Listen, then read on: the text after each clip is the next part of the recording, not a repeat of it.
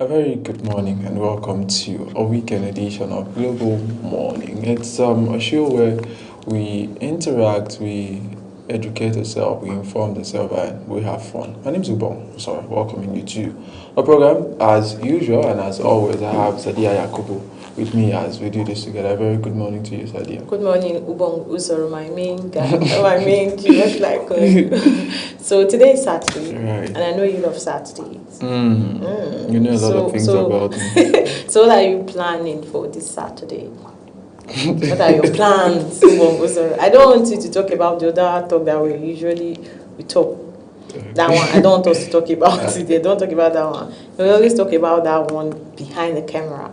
So I want you to tell us this. I don't know what we talk about behind the camera as well.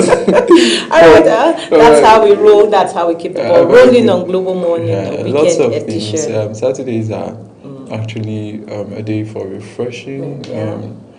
It's not supposed to be that serious, right? It's time to spend with family. Something light. friends, So something like Saturday. I thought like those people that say, give me something light, but at the end of the day, the bill will be 3 point something. No, that's not something light. That's too hard. That's heavy.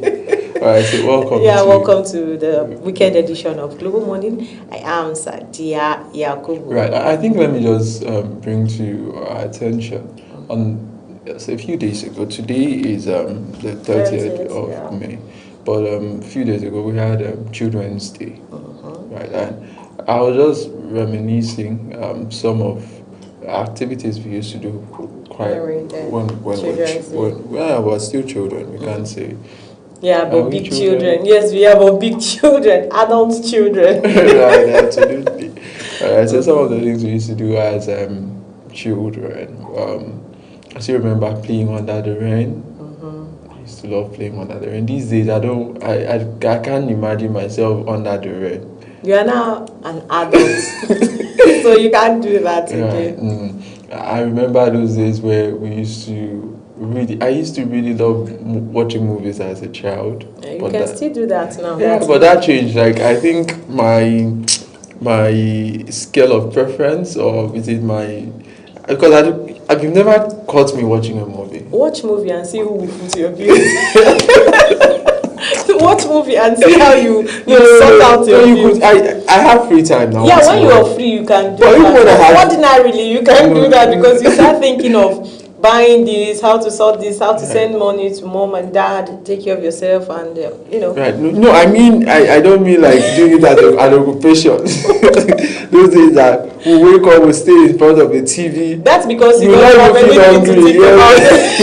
You have nothing to do. But even the free time, I don't even do it as a leisure. Yeah.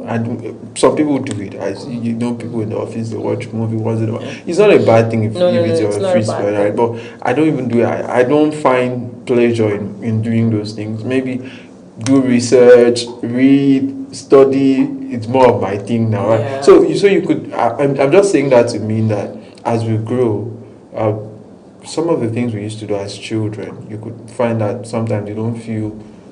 You don't do them. You don't feel going to do them again. But for me, childhood is fun and it's not something anybody should definitely miss. It's fun. You For me, then there is one game we used to play. Then we'll draw it on the floor, like sandy place, and then we'll do like this. We call it leads to way. So you jump here, one leg here, two legs here. You know the game. We used to play that game. And you build a house. Yes, you build a house with sand. So a lot of things, a lot of memories during when we were children. But then, whenever I see children doing any kind, I'm like. But these days, the children these days, they are on their phones. That's what we call Gen Z now. Gen Z children. Gen Z children. They are on their phones, because they play games on the phone.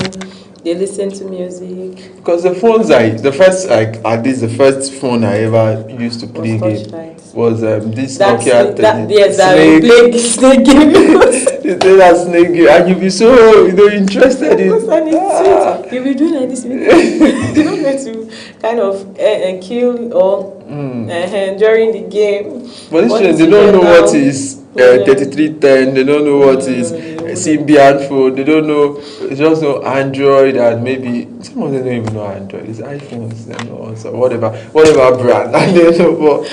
All right. So we're using this opportunity to wish all the Nigerian children or all the children around the world a happy Children's Day. To you too, Ubong Usoro, happy Children's Day. Please wish me back. Not proud. Happy Children's Day, my Thank dear. you. All right, so let's go for a short break, and when we come back, we get into looking at what the papers are saying on a Saturday morning. Please stay with us. Wake up with Global Morning, your daily guide to what's happening and making the rounds. We delve into headlines, newspaper reviews, spot-on analysis, policies, current events, real talk, real issues that affect us all. From the latest trends to the debate, every topic, every angle, Global Morning is where it all starts.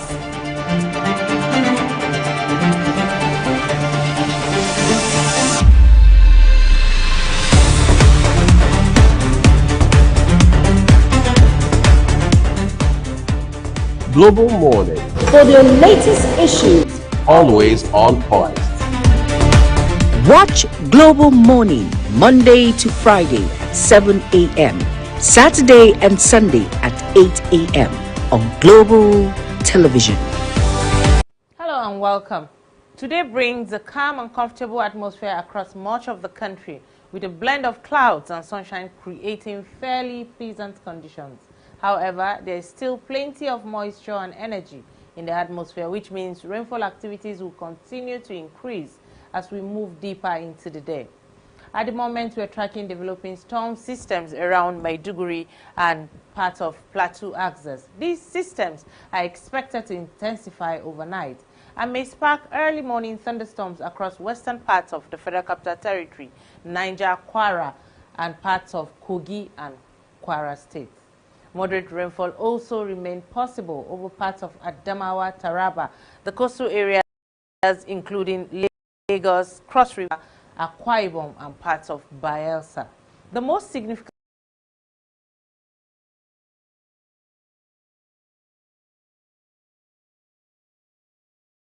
weather is expected from the afternoon into the evening period, when storms are likely to become more widespread and intense across several parts of the country from the north down to the southern half of the country. Meanwhile, the extreme northeastern parts of Maiduguri and Yobe State are expected to remain mostly partly cloudy with limited rainfall activities. A quick reminder to remain cautious in vulnerable areas to flash flooding and strong winds during thunderstorms. That's the latest weather outlook. Thank you for watching.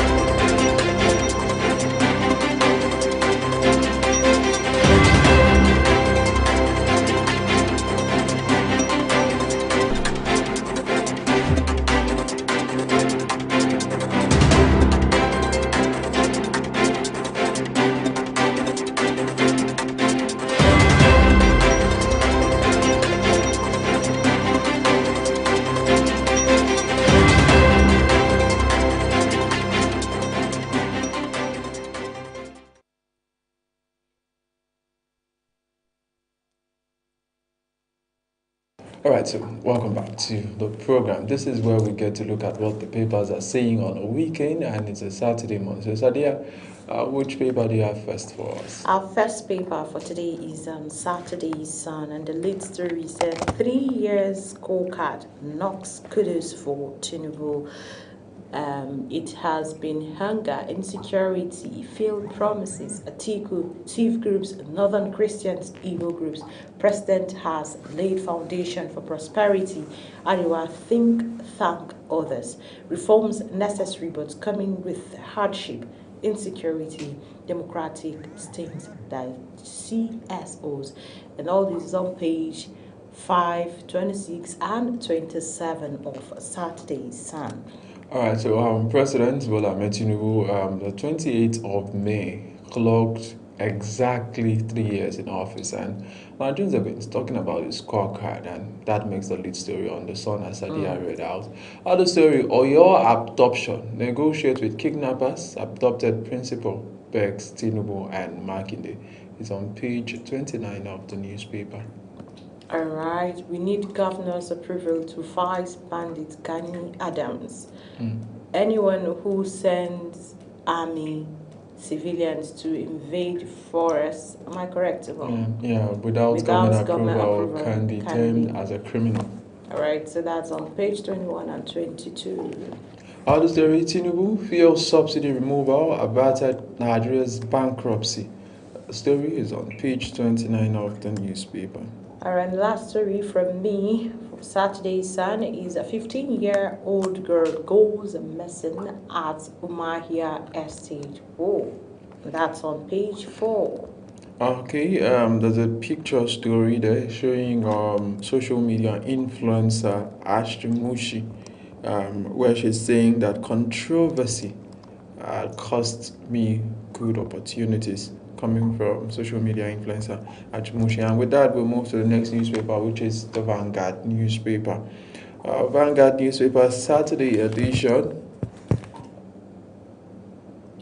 It says more public revenue, less impact on masses. It's on page 10 of the newspaper. Yeah, page 10 of the newspaper. Still talking about Tinubu's 3 years. That was marked on the 28th. It's been 3 years of the government. Strong CBN, only reason renewed hope, still a viable dream. Why cash transfers are not alleviating poverty. Special report by Dele Sobowole about some of the poverty index in the country. All right, and from me, police trace rising kidnappings in Ogun to Fulani settlement, on page 18 of Saturday Vanguard. Celebration Ojudo Oba 2026. There's been lots of colorful celebration on the social media and about this particular celebration. Celebration of culture, elegance without sitting Wujale. It's on page 26 of the newspaper. Abducted Oyo teachers cry for mercy in new video, and that's on page 7. Delta, fallouts of APC primaries raises questions as Amwa Agege, Victor Oche boasts NDC. We've seen a former Deputy Senate President, Omar Agege, who has left the APC for the NDC. So that's all from us for the Saturday Vanguard. And moving on next is Saturday Punch. All right, so the Punch newspaper now. The lead story, terrorism, foresters foiling Southwest kidnappings, Old Oyo National Park shields terrorists, 23 porous boundaries in Osun. That's on page 4. Oyo communities turn ghost towns after deadly raid. Sadly, insecurity is, when it started, it was majorly, at least in this scale that we're seeing, it was majorly in the northeast of Nigeria. We talk about Adamawa, Yobe, Borno states. Those were the epicenters, and now we've seen it spread. It's spread gradually to the northwest. Apart from, we're seeing places in Kaduna, Kano at a point, but Jigawa, you could see those places, the movement, and now it's moved from the northwest to the north central. At least we've been in the north central for some time now. Plateau, Benue, Niger, Kogi, Kwara, even Kwara. And now we're seeing it is moving to the southwest with Oyo, and it's moving to the southwest. And you could see that there's been progression. Just like good things can progress, the bad things are, and in the case of our country now, terrorism and security has been progressing to territories. So I think it's worrisome, it's something the country, the government must find a way to solve. All right, so last story from Saturday Punch. My brother went missing at 14, found in Port Harcourt prison 18 years after sibling, and that's on page 2. Yeah, I think we also need to just mention this because our data system is a bit porous. Right. There are many persons in the prisons who their relatives could think that they are dead. Because they do not have a way of reaching out to their families again. We do not have a centralized data system for tracking of Nigerian citizens where people can go to government to get information. Has this person been arrested? Sometimes somebody traveled to Sokoto, went to do a crime. Let's not even talk about those who are maybe there without any reason, or they didn't commit any crime. Went to commit a crime in Ogun State, because sometimes people leave their places and travel very far to commit crimes, and he was caught and taken to court, and the court passed judgment and sent him to a prison maybe in Adamawa, and you could imagine, and these people do not know, and there's no way. So I think this is something we have to look at. Let's have a centralized system that people could go in to ask, where's this person, and they have real-time information. Because the prison is a federal agency. It's not like this person is kidnapped. No. So if somebody is in a federal custody of federal government, these people have the right to know that, our son is in prison. In fact, even if the person does not want these people to know, because I know there are some persons like that, maybe because of what they've committed, they don't want their family to know the atrocities they've committed. The government should inform the people. I feel the family has a right to be carried along, because I could imagine how many years they will be crying, they will be, speculating, is this person alive? I know a few persons that to date we are still speculating, is this person alive? Is this person not alive? Families sometimes need that closure, and the government should, if the person is in custody, should inform the family that this is where your son or your daughter is. All right, so the next paper is Saturday Independence. All right, so Independence newspaper, Saturday edition. Story: inflation, insecurity push Muslim families away from Eid celebrations. That's on page 8. Right. Other stories that we have, there's a Nigeria battles rising Lassa fever crisis as death toll hits 204. Young adults mostly vulnerable. It's on page 5. Lassa fever, a return of Lassa fever. School kidnappings, education now a risky venture. On page 30, but I think this is just the reality of it. Take example of those kidnapped school children and their teachers in Oyo. Right. Do you think if they are released by the grace of God, do you think they would like to go back to school? It will really take a lot. The ones they've kidnapped before that were rescued, do you think they'll still have that zeal for education?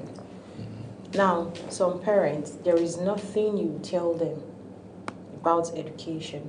There is no amount of hope or trust or confidence in telling them that this thing will not happen again, that they will agree, because they've seen it all. They went through trauma, pain, and stuff like that. Right. So, yes, education is now something that I don't even know how to classify the issue we're having. Must you go to schools to kidnap? If you want something from the government, must you punish innocent souls? Come out in person, confront the government, and then just deal with the government and leave the innocent kids out of this kidnapping issue. Leave women, leave the men. Before, these bandits, they don't cane women, they don't flog women anymore. But now they do. They started doing it. They beat the women as much as they beat men. That's the same thing, the same energy they are now giving to women. Imagine the teacher that they beheaded. It doesn't sink well. We are all humans, at least. So now they released a video yesterday one of the teachers that they kidnapped. You know, they beheaded one. There were 3 teachers, 2 women and 1 man. They beheaded the man, and then the other woman, now they came up with a video yesterday pleading with the state governor and the president to please come to their aid. This is sad because these are human beings like us, right? And so truly, education now is a risky venture. I think I agree with that. Nigeria has to work to solve this. Church is running out of patience over insecurity, says Baptist Convention President. Tinubu unveils 145 tricycles, 6 boats, ambulances to tackle emergency healthcare gaps nationwide. That's a good one, but I think we should look into the education sector, the security aspect more. I think it's quite a challenge because to cut the president's slack, the last 3 budgets of the country, we've had defense has taken the larger chunk. This last budget, we have about 1.something trillion naira. You know, defense even takes more than the investment we do in agriculture. Yeah. And it's sad. There's been investment, but sometimes we ask, are these weapons being purchased? Our soldiers being... do we have a follow-up system? Do we have a follow-up system to see that, yes, those funds being released to buy or to purchase all these sophisticated weapons? Do we have follow-up to see that, yes, they are being purchased? And how are they being used? Because till now, we still battling with insecurity. Right. I think, you know, ours is... why not making excuses for anybody? If the government is serious, I believe that we can drive an insecurity. Yeah. But there are fundamental issues that must be addressed. Education must be addressed. Yeah. Poverty must be addressed because most of these persons that go are people that are vulnerable. Yeah. Like yesterday, we saw a group of boys. People, when we were going home. Yeah, who you can imagine that they can be easily, you know, drawn into this kind of insecurity. How are we training them? How are we educating them? How are we making provisions for them for food, for feeding? So if we cannot do that, it leaves them hanging. And I think it is a responsibility of government. No child should be uneducated, right? Because education opens possibilities for you and opens your mind. At least get training, get a skill, be productive with your life. All right, so we'll take our last paper for today. All right, so we'll take the last newspaper for this morning. Saturday Tribune. All right, so the Tribune newspaper, Saturday edition of the paper. The first story, big story, says kidnapping. Bag used to deliver ransom found in Saraki Fulani's kitchen. Suspect says, I knew my son was a kidnapper, but I thought he had stopped. So we just spoke about this. Yeah. Talking about parents teaching their children, breaking up their children properly, and making sure they try on their own paths to educate them. Yeah, parenting. Yes, because like the boys we saw, they have parents. What role is their parents playing in their lives? We need to keep asking this question. But then, you know, they look very young. Those boys are very young, but to me, they don't look like people that listens to their parents. That's, to me, it's our honest opinion from me. It's like also a failure of parenting. We cannot take that away. Because at that age, you're behaving like this. It cracks me up. They don't look like people that listen to their parents. Absolutely, I agree with you. Yeah, but it also matters the kind of parent they have, because there are parents you have that you have to listen to them, at least at that age. Right. At least at that age. So it still boils down to parenting and what parenting can do. It's sad that some parents have encouraged their children to go into all forms of illegality. Right. All right. So next story from me. Disassociate yourself from presidential convention. Wike-backed PDP urges Jonathan. FCT Minister warns event centers, hotels against hosting unrecognized parties. We will resist every attempt to intimidate us, Turaki-led PDP replies. That is the People's Democratic Party. I really don't understand the kind of issue, the kind of factions factional issue going on, or factional crisis going on in the PDP between the Wike and the Turaki-led faction. Yeah, lots of issues. Yesterday on my program Big Talk, we had the National Publicity Director of the PDP, of the Turaki-led, Abdurrahman-led PDP, which is the one that is recognized by INEC at the time. Right, so it's still neither here or there totally, because there's a case in court at the appeal court, right? So we're still waiting for the courts to, but it just shows that at every moment, like she mentioned yesterday, that when you are in the political domain, it's easier to settle disputes, because you could settle by concession.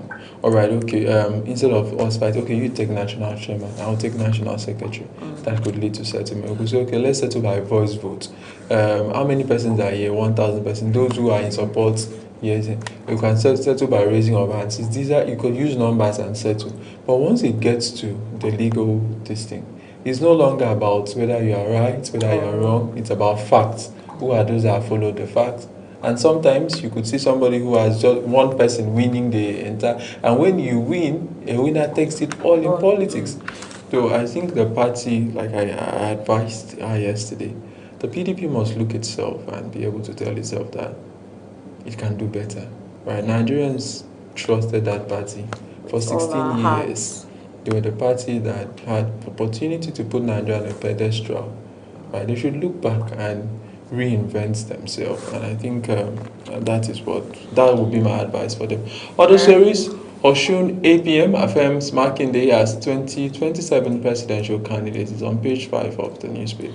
All right, culture, colors, heritage dazzles at 2026 Ojide Oba Festival, and that's on page 3 of Saturday Tribune newspaper. ADC to Tinubu, your 30% approval rating reflects total failure. It's on page 5. And from me, the last story in Saturday Tribune, and a new video abducted Oyo principal backs government to negotiate with kidnappers, and that's on page 5.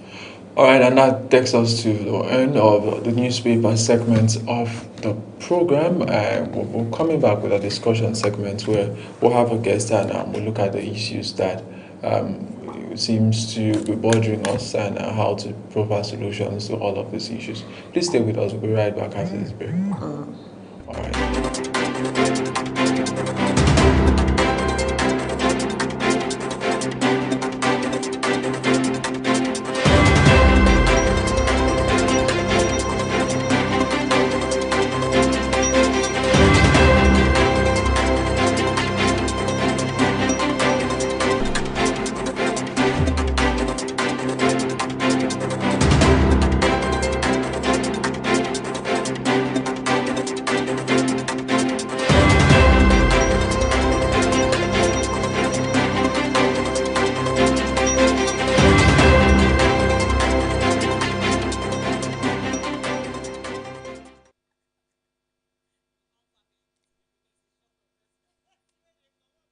Wake up with Global Morning, your daily guide to what's happening and making the rounds. We delve into headlines, newspaper reviews, spot-on analysis, policies, current events, real talk, real issues that affect us all. From the latest trends to the debate, every topic, every angle, Global Morning is where it all starts.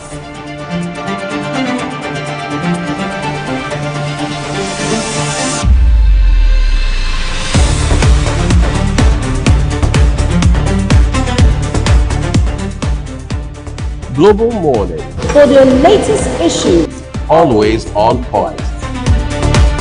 watch Global Morning Monday to Friday at 7 a.m., Saturday and Sunday at 8 a.m. on Global Television.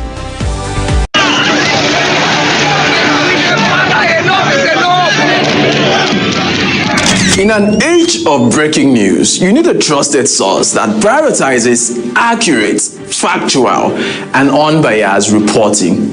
This is AM News, and I am Ubong Osoro. On Global Television, Our news is rooted in verified and authoritative storytelling that keeps you educated, informed, and enlightened on all the issues that matter to you. I am Sadia Yakubu. This is Midday News.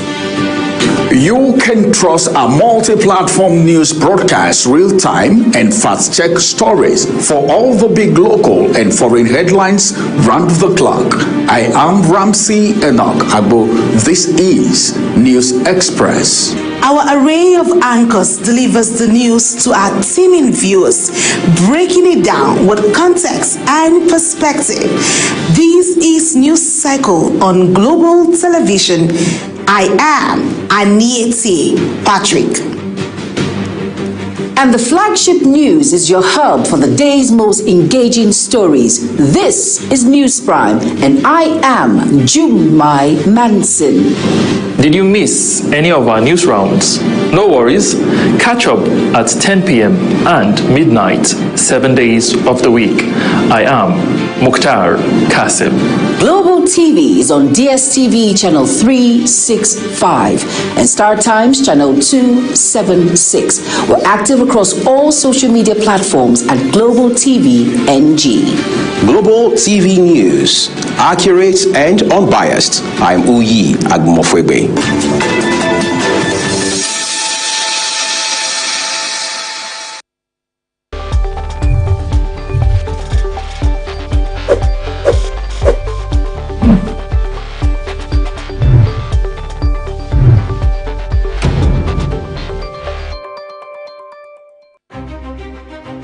At Erojim Shoe Factory, excellence starts from the ground up. Located at number 1 Pound Road behind Nigeria Correctional Service, Aba, Abia State. We produce 1,500 high-quality shoes every single day. Paramilitary shoes, safety boots, desert boots, ankle shoes, back-to-school footwear. All crafted with state-of-the-art equipment and built for strength, comfort, and durability. For reliable footwear that stands the test of time, choose Erojim Shoes for better product, strong steps, smart style. For inquiries, call 091-264-53399 or 070-3009-3944 or 080-6573-8374 or call 081-3167-3668. Email info@erojim.com. Website www.erojimdesign.com. Erojim. Walk with confidence. Walk with pride.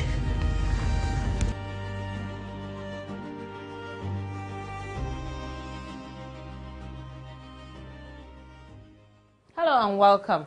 Today brings a calm and comfortable atmosphere across much of the country with a blend of clouds and sunshine creating fairly pleasant conditions.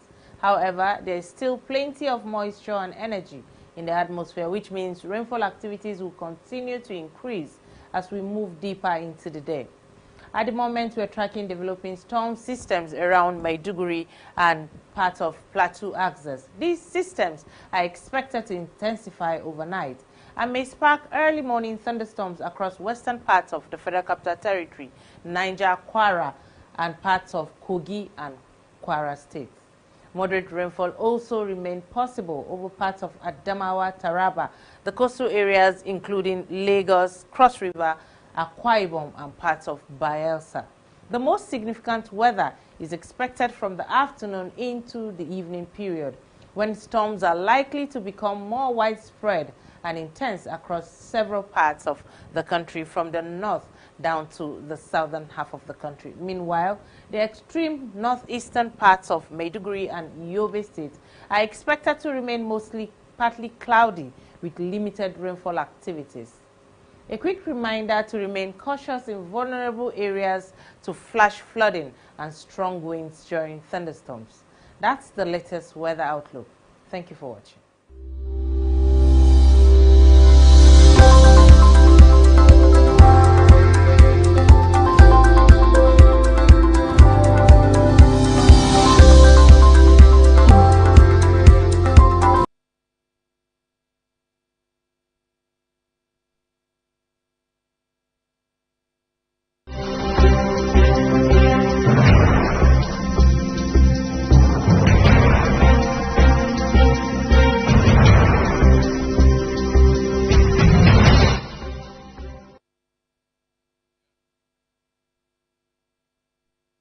All right, so welcome back to the program. It's still the weekend edition of Global Morning, a program where we learn, we interact, and we get to bring perspective to issues, especially issues of national and international issues. Today on the program, this morning, we will be speaking about our continent, Africa, and how Africans can arise to build Africa.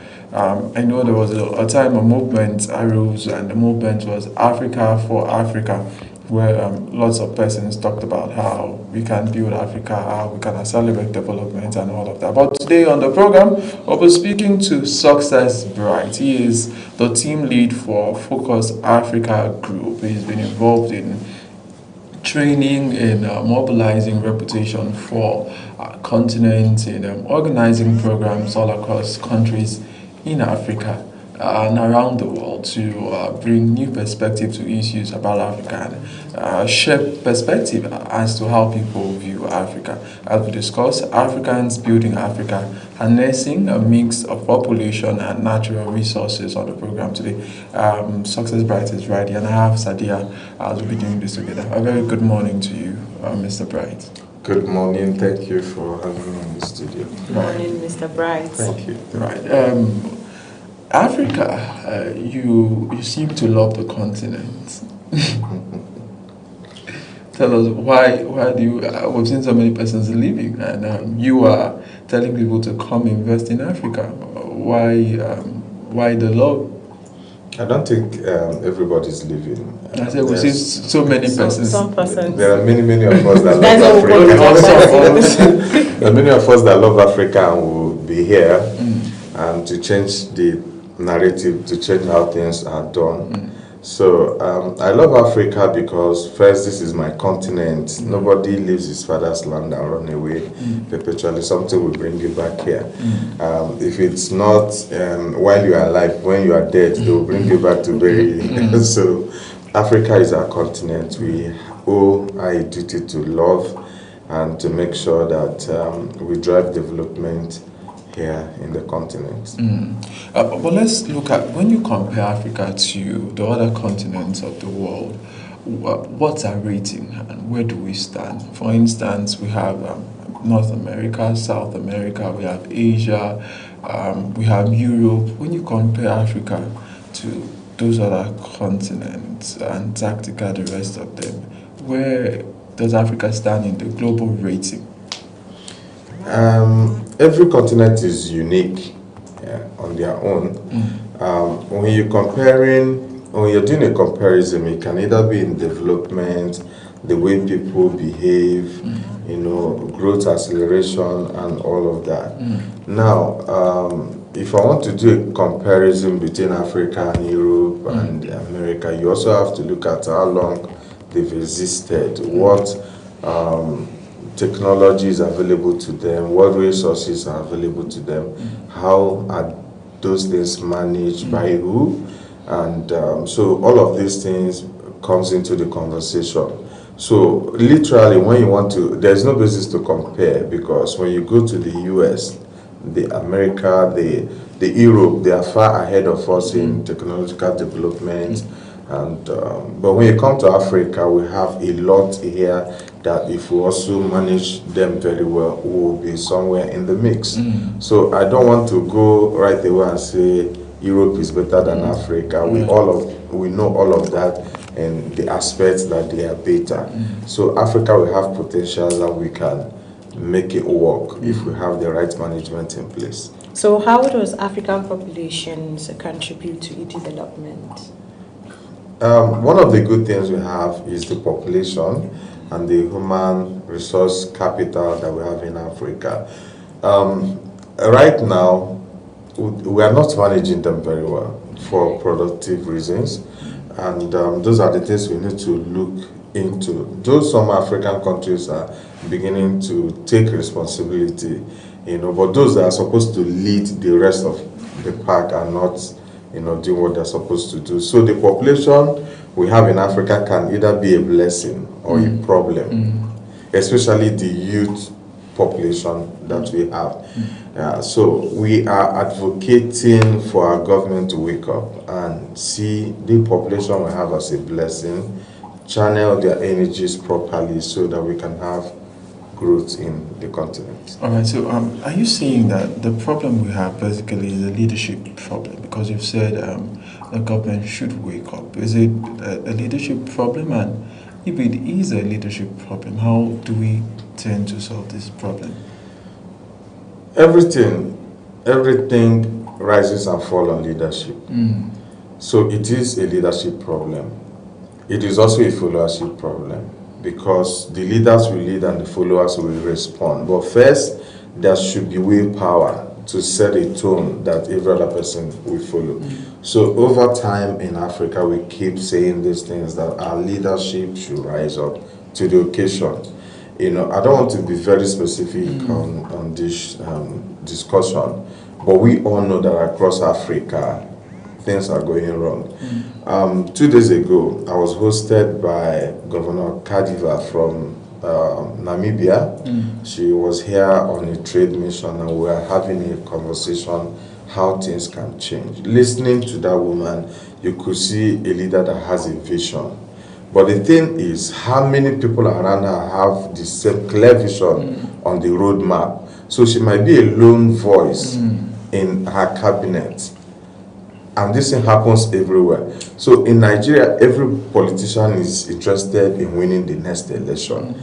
Bring them on this show to have a conversation. You find out that they're almost empty. We have to be very honest. What is the roadmap for the next 4 years when you win this election? Nothing. So they use 1 year to do campaign, use another year to do election, have 1 year to govern, and they're already talking about the next election. So it becomes challenging when our leaders are not leading right, when our leaders don't have a roadmap to development in Africa. So if you are talking about the challenges we face in Africa, it is first a leadership problem. Is it not also maybe, let's say, a systemic or structural problem? Because, for instance, there are institutions, if you are a politician, you are winning an election, for instance, there are institutions that are bound, let's say, for if you are a house or maybe a chairman, local government chairman, they have the local government council that should, with or without, or irrespective of who is the chairman, should be able to, set those structures that will make the leadership effective. So can we look back and say it's maybe structural, institutional issues? These are big English, structure or institution. What we are saying basically is that, okay, there is supposed to be a rule of law in the country. So you have issues where a Supreme Court gives judgment, and that's the highest court in the land, and it's still not implemented. Take, for instance, the local government autonomy and administration. The president have thrown his weight behind the Supreme Court judgment on financial autonomy for local government. Is it implemented? How many local government today still have autonomy? How many of them can spend money to drive development at the grassroots? So you see, the problem is the people leading. Are they obeying the structures on ground? So these things have eaten deep into our institutions. There is disobedience to the law.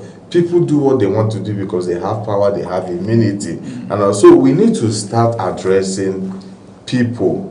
It has to be an orientation that, look, for our continent, for our country to work, we need to obey the rule of law, we need to obey our constitution, and we need to develop where we are. Because the majority of these people go abroad. They go to Europe, they go to US, and they come back, they see all these good things. I mean, I watched a video that went viral on social media a few days ago, where somebody was complaining that he was doing a transit to Mauritius.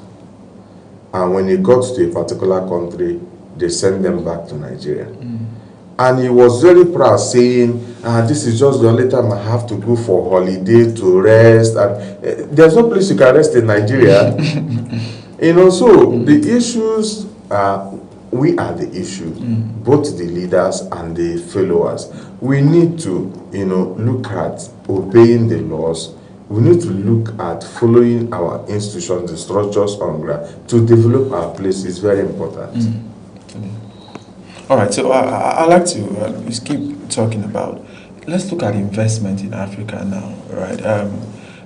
Our government have said $1 trillion economy, $1 trillion economy by 2030. Bold standard that has been set. But if you look at the economy of Africa, it's a place like California.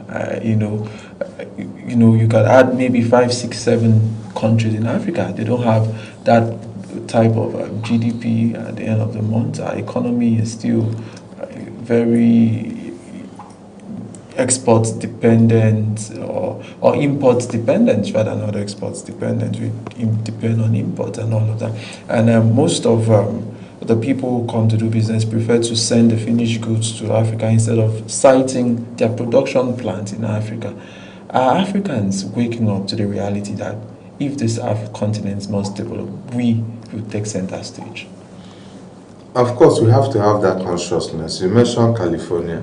There are a lot of things that enables investment. One of them is safety, security. So nobody is going to come and invest in an environment that is volatile. So that's why people take their money to where they think they are safe. I'll take you back to Namibia.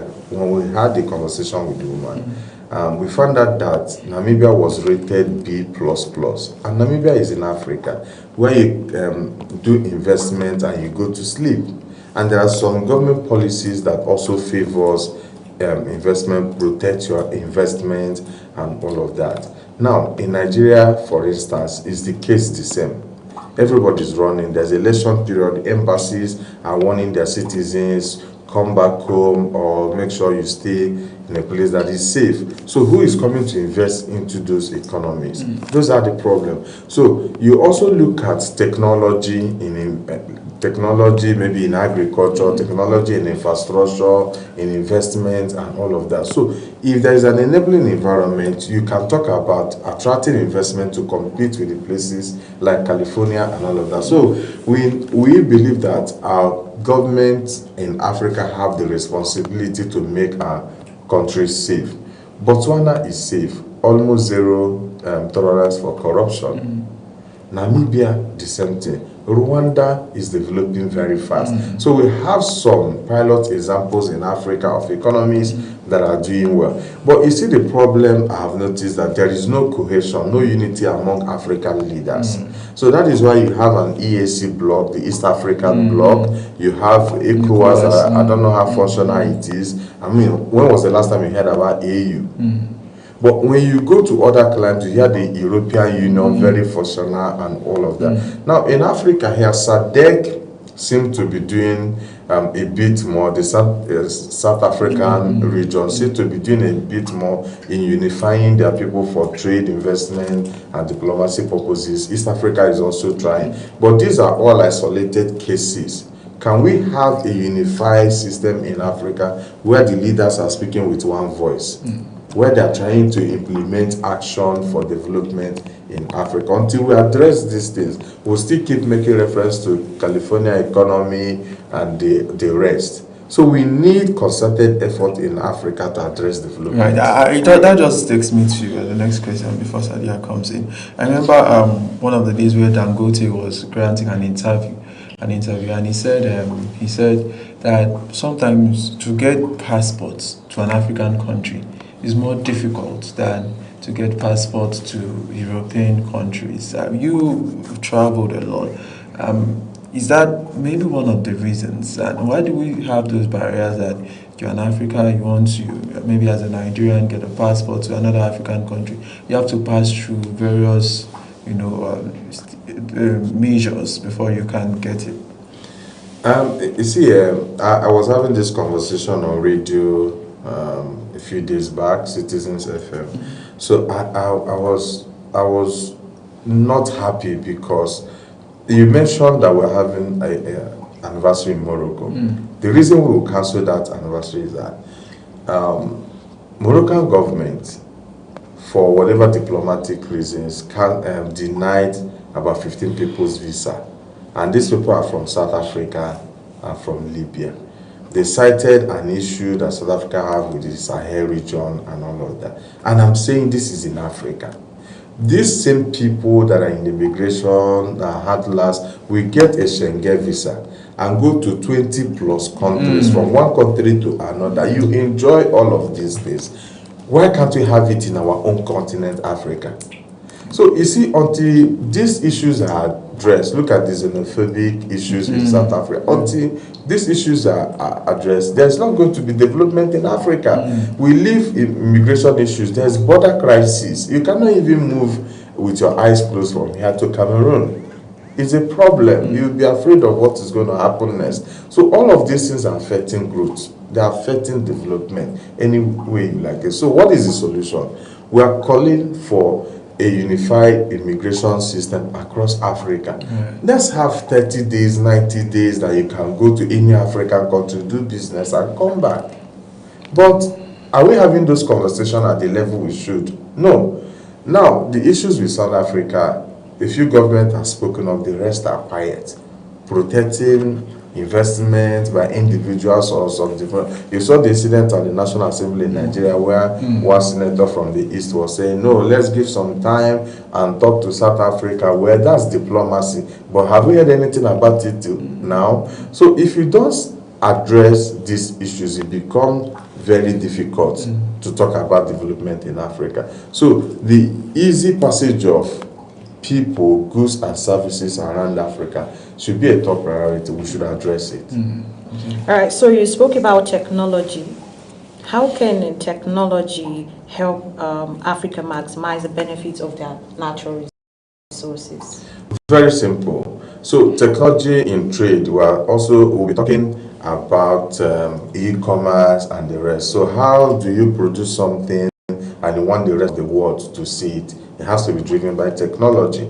And right now we have the e-commerce platform, even social media, where we have the TikTok, Instagram, Facebook, and all of that. So I sit in Nigeria most times and I do my businesses in the other countries around the world. You know, recently I was having a board meeting and we got an alert from a company from our account in Rwanda, and we were having discussion about technology. I said, see how we can sit down here, push out our magazine product and people buy it in different places. So technology is a major driver to development, and that is why everybody is embracing it. Now we have artificial intelligence and a whole lot of things coming up that if we maximize it very well, we will move forward. In Africa, there are very brilliant chaps that are now using these things and maximizing it. So in Nigeria, for instance, we are growing our fintech businesses, and all of these are heavily reliant on technology.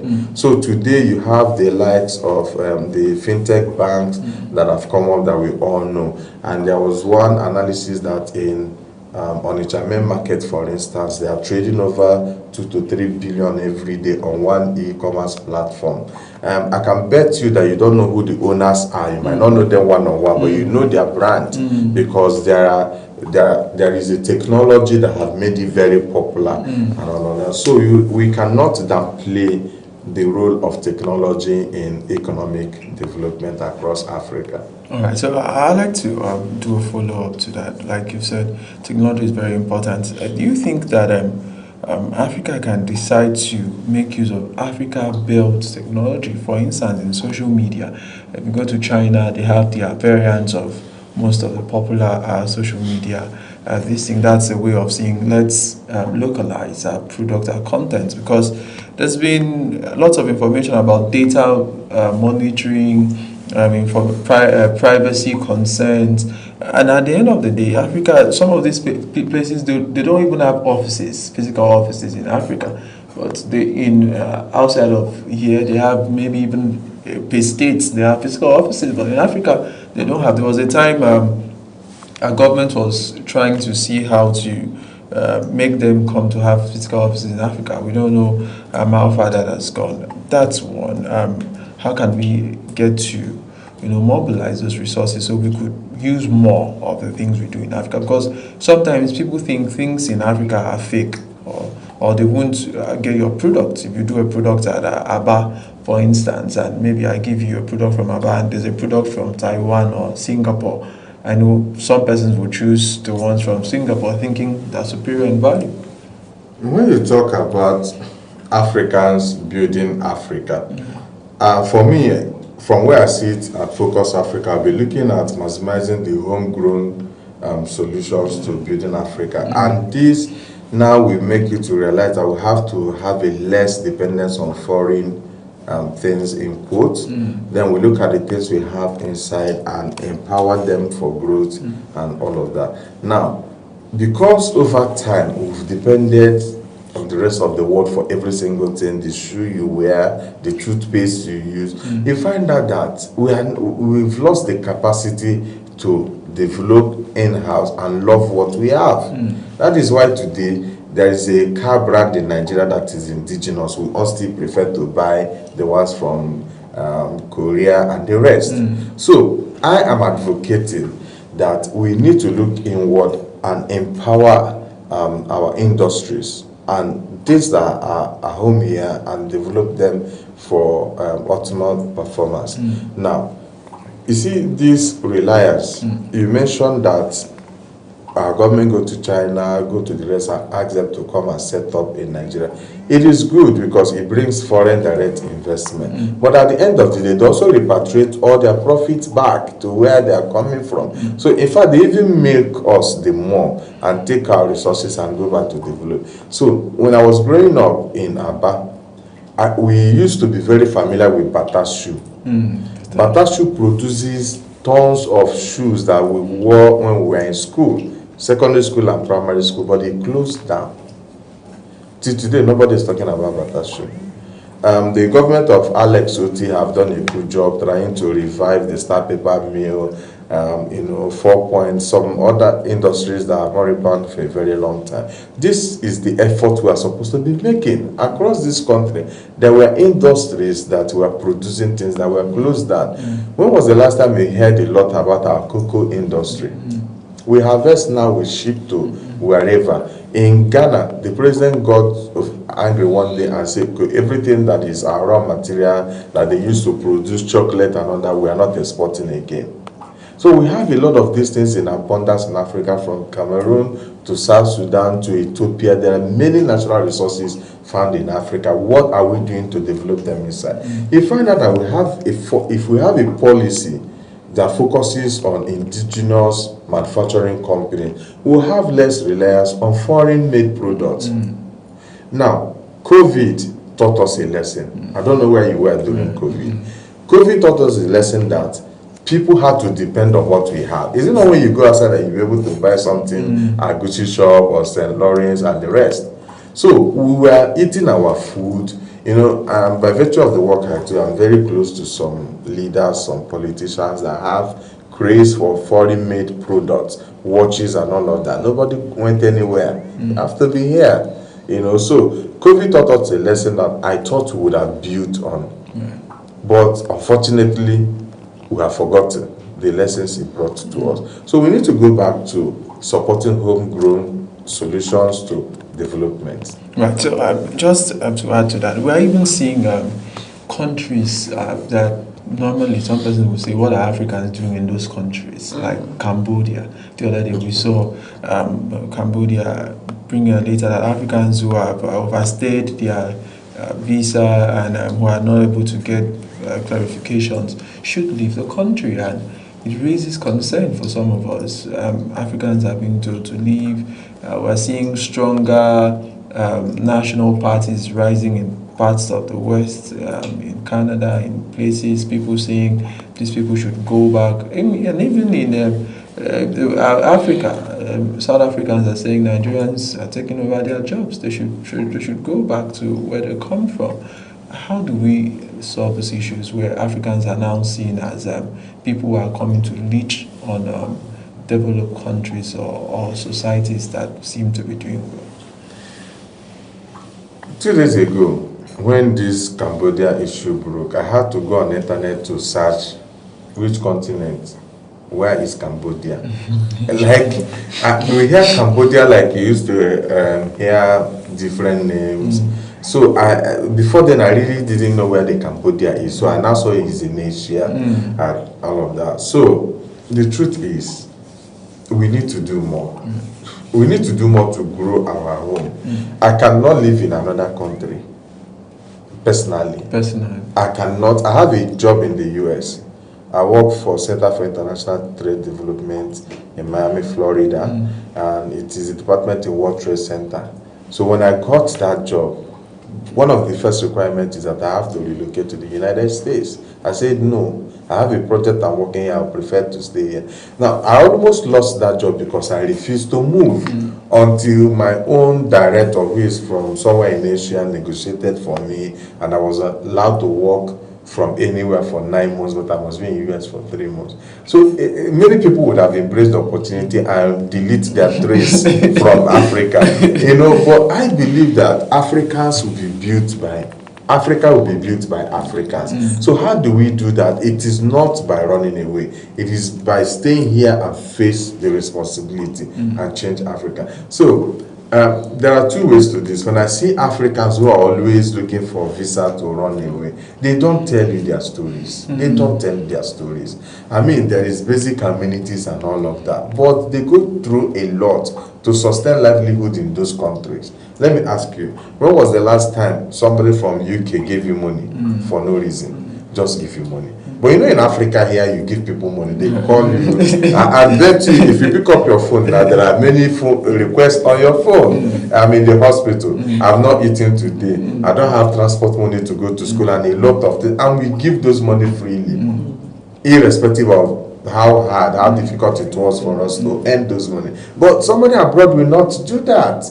They will even avoid your calls and all of that. So you find out that if our economy is working in Africa, this is home that people will love. You see, but the other part is that it is not working. We are looking at the situation in the country today. There is insecurity everywhere. You cannot even drive on the road without looking behind your back. 6, 7 p.m. you are back home because you don't want issues. You don't want to tell stories that touch. So there are many reasons why people are running away and relocating from their continent in Africa to other places. Averagely, look at South Africa. Not how many South Africans have you seen living in Nigeria? How many Rwandese do you see living in Nigeria? How many Moroccans are here? These are some countries that are working, even in Africa. So you find out that their people stay, grow, whether they are on social welfare or they are actually working, but they are in because their country is working. So if the rest of Africa is working, you won't see Malians trying to live in Cambodia, you won't see Ghanaians trying to live in Cambodia. It's because we are not working. When you see an American in Nigeria, they have a business. They came for holiday, they are going back. No American will come and rent house near you in Gudu and be living there for fun or to do linear businesses. So we must address our challenges in this country. Unfortunately,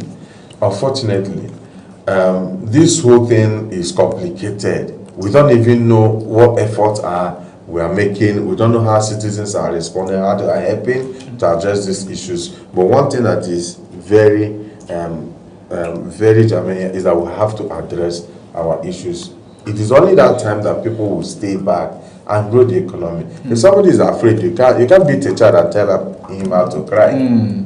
So if things are not working, the natural response is let's go to where it is working. Absolutely. So how can African countries effectively manage their natural resources for sustainable development? We have to have policies.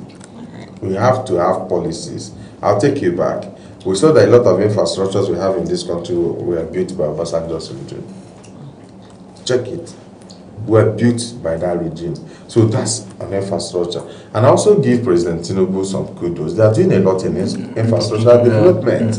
Look at FCT, for instance. Look at some major roads now in the southeast. We know that they not have road. But if you look at the road between Enugu, Abia, Dawe, Anambra to Enugu, you see a lot of infrastructure development. So if government have policies that they will implement across manufacturing, infrastructure, social welfare, health, it's going to work. It is not the citizens on the road that will do that. Government manages our resources, through CBN and the rest. So a government that is serious will say, okay, this is a policy direction for us. to develop our country or our continent, and it will work. So everything rises and falls on leadership. All right, so I'd like to follow up from the Africa for Africans. We've seen over time where people have gathered aid for Africa. There's a time Michael Jackson did something for Africa, some aids were gathered, children were given. And we see with the institutions like the World Bank, IMF, African countries can go to ask for assistance, and we see them go often. I know Nigerians are helped. I know many persons who institutions for funding, for this, for that, comes from the West. How do we, look at how we can help ourselves internally and stop this? Because I feel maybe these are the reasons. Because if you keep asking somebody for help at all the time, the person can wake up tomorrow and give you condition and say, come and sweep my part if I help you, and you have nothing else to do. This is a very brilliant question. See, if you had watched France-Africa Summit a month ago or thereabout, yes. Macron was in Kenya, and before that, I think he was even sitting on the table when Samuel Ruto said, yes, we need the rest of the world to help us, but Africa should help itself. He said it, and I was very happy. I've questioned why France will summon African presidents to Paris. I've questioned why America will summon African presidents to US. The problem is here. Why are we not solving the problem here? Why do we have to fly to Paris or to the United States to discuss Africa's problem? So they should come here and see what our problems are. But beyond that, Samuel Ruto, His Excellency, said something that impressed me. He said there is African Development Bank. There is Nexim Bank. I need you to go back and search for that video and watch it. He said, let's start by contributing funds to these banks for Africa's development. And he went further to say that if we contribute money and we have funds, if Guinea want to develop their country, they will come there and collect loan without problems, because the African Development Bank understands African problems. Now, for banks in China and the rest, you need to do KPIs. You need to tell them how you're going to generate money. You need to assure them that this money is going to be used. And just beyond that, they will send their people to come and supervise the fund. That is why today you have so many Chinese across Africa, everywhere, because they're protecting their investments. Now, if Africa deliberately contributes to African Bank, African Fund for Development here through Nexim Bank or through African Development Bank, will go a long way. We have resources in Africa, but the problem is being mismanaged by a few people. There's a country I went to in East Africa doing a project. Their capital city is as good as my village. That's how developed it is. But every leader is driving a very immaculate white SUV. V8 Toyota engines everywhere. And I heard that the resources of that country is managed by 2 to 5% of the population. So these are people in government. It's an oil-rich country. I don't want to mention them because we do a lot of things with them. But the 2 to 5% are extremely rich, and the rest are extremely poor. There's no middle ground. There's no middle ground. Extremely rich 2%, extremely poor 98%. But if you see the kind of cars in that place, in fact, I had to ask them whether Toyota relocated their headquarters to. So, if all of these funds that you hear 70 billion was swallowed by snake, this one was swallowed by antelope, that we've seen cases in Nigeria. If all of those things are contributed to a fund for development, tell me how we cannot build an industry with 70 billion that will employ people.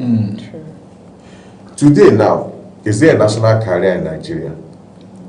We don't have a national carrier. There's no plane that is owned by Nigeria. But we have individuals that owns 4 planes, 4 private jets, 3 private jets in this same country. So there has to be an effort, there has to be a policy directed to development, so that we can depend less on what China is doing, what the United States is doing. Those countries are built by people too. They are built by people. Right. So let's have a policy that changes the narrative, that says, let's focus on building this institution, let's focus on building. Ethiopia is a country in Africa. They have the largest air fleet hub in Africa. Kenya is doing well, Egypt Air is doing well. So we have to wake up. We have to remove politics and address development. Right. I'd like to ask now, because I was speaking with somebody who was doing a project for a US company in Nigeria, and after a while they decided that they stopped the project in Nigeria because they were done, and said he should pick another African country where he could start a project. He said no, that instead he will invest his money to start a hotel business. And he would just say, because the last time he went to do a project in Cameroon, you know how stressful it was to get the permit, because you are registering as a new company, and they're looking at it that you are Nigerian, that you are. And that happened to us as well. Especially in Cameroon, we wanted to get a medical license to distribute pharmaceutical products for a company that supports what we do. We did not get it, and we spent a lot of money lobbying, trying to talk to the Minister of Health, talk to this and that. At the end of the day, we couldn't get it. In fact, we had to go to Ivory Coast and we got it. So these are the challenges. So he decided, he said if they are not doing it in Nigeria, he cannot go through that stress again. Yeah. It's better he starts a hotel business and he will manage his business by himself. Yes. This is a very lucrative job, but he decided, no, I can't go through that stress again because I know what I went through the last time. So let's talk about this. How do we stop the African suffering in Africa? African being bastardized, being humiliated. Now there's banditry. We are hearing that they come from Mali, to Niger, Somalia, basically countries, the Sahel regions. Then stop. Do we need a coordinated military approach, a coordinated economic approach? Can we even bring all the countries together and say we are no longer separate countries? Let's just be one country and face the issues. My pastor visited our office a few days ago. We were having a discussion. I said, we've been talking about genocide, whether it is Christian or Muslim genocide. What you cannot take away is that there's a crisis, a security crisis in this region where we are, And I said something to him, and I said, I think we'll be sending a strong message if on a Sunday morning all the churches close down their church and be on the streets. Because look at it, the insecurity issues we have is not only affecting Christians, Muslims are also dying. Atheists are also dying. Native doctors are dying. Recently, I even heard that one House of Rep member or something was killed by bandits up north and all of that. You see, the more we keep quiet, this thing is coming closer to everybody. It's not only affecting economy or trade. We that are here will not invest. How much more foreigners? These things have to be addressed. But unfortunately, with politics, look at Kaduna Road. In the last 1 year, it has been very peaceful. But get close to election now, everyone will be on fire. What is going on? So we have to address this thing. There has to be a national day where Muslims and Christians will say, church will not do, mosque will not do, want to be on the street and send the strong warning to government to address this thing. So because government still have the way power. If they don't have entirely, they can collaborate with other forces. But I don't know how to suggest what I don't know. So they have the intelligence, they know what to do. And honestly, they've also been doing a great job containing it to this point. But we really need to step it up and say, okay, for us to have economic development in our region, we need to address border issues, we need to address conflict, we need to address insecurity. This has to be addressed for us to move from where we are to another place. But you see what has happened over time is that you are comfortable until it gets to you. Right. You're very comfortable. It sounds like a strange news until it gets to you. So we don't have to wait until it goes round. We need to address this. All right, so why are natural resources important for economic growth? Because you spoke about economic growth.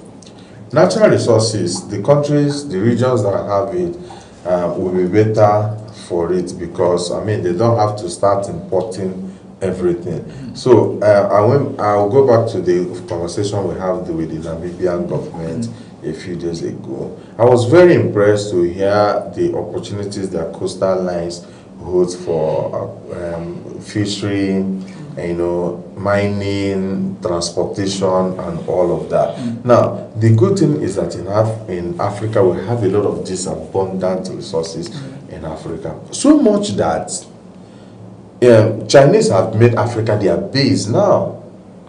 Now, and these opportunities are in the tourism industry, in the manufacturing industry, oil and gas, agriculture. Because of arable land, we have a lot. We have. Now, I heard the statistic that Namibia have the same land mass with Nigeria, but they have only 3 million people. So that shows you that, there are more kangaroos in Namibia than and meat and so that shows you there's a lot of opportunity in that country, in other countries. In Nigeria, we have a lot of land mass we are not using. Travel from Abuja to South East, you see a lot of land everywhere. Up north, you have a lot of land everywhere. So these are all natural resources that we can maximize. Now, another thing that holds a very huge potential for us is our tourism industry. That's why a lot is happening in Zanzibar, in Tanzania, a lot is happening in Kenya, a lot is happening in Rwanda. These are places I love to visit because you see the wildlife, you see a lot of people trooping in. Then food in Africa as well. So we have the jollof rice competition with Nigeria. We have the pork meat and cow meat competition between Botswana and Namibia. So a lot of interesting things are found in Africa when you talk about natural resources, but who is managing them? All right, still talking about natural resources. What are the major natural resources found in Africa? We have a lot. Uranium, we have copper, we have oil and gas. Oil and gas seem to be everywhere and in large quantity. Even when the world is shifting from oil to green energy and the rest, we can still do without all of these things. So they are here. That is why the central dominance when you talk about US-Iran war is the Strait of Hormuz, where oil tankers pass. And if it's not important, nobody will be bothered about that strait and all of that. But in Africa, we have all of these things in large quantity. I bet you at the back of your house we will find one, whether we're finding coal or uranium or something. So all of these things are here. But another problem is, do we have data on what we have? Because if you have data, you'll be able to manage those resources and know what to sell, what to produce inside, and what to push out for global export. Right. I'd like to ask about the work you do at Focus Africa as to bringing Africans together. Can you just give us an overview of the kind of work you do? So at Focus Africa, we choose to say that we're a storytelling organization. This we do through advocacy, trade missions, having conversations around, community impact projects. These are 3 central things we do. So in the last 10 years, we've had conferences in 17 countries, promoting African businesses, African culture, and African people. And 24th to 25th June, that's next month, we are going to be having our 10th year anniversary in Nigeria, in Abuja, Nigeria, 24th to 25th June. So we're bringing all our people from around the world to Nigeria to chart the way forward for the next decade. We have some partnerships across Africa with Kenya National Chamber of Commerce and Investment, with Namibian government, with Cameroon government, Rwanda, and all of that, where we promote trade around Africa. One of the recent ones we did was between Kenya and Zambia. The central objective was that we wanted to take people from Kenya to go and experience opportunities in trade, industries, in Zambia, so that they can be able to invest. So we now later expanded the scope to have all Africa come to Cameroon, all Africa go to Kenya, all Africa go to Namibia. So by the time you take interested parties in the industries or the trade sectors to a particular country, they see all of the opportunities and decide whether they want to invest.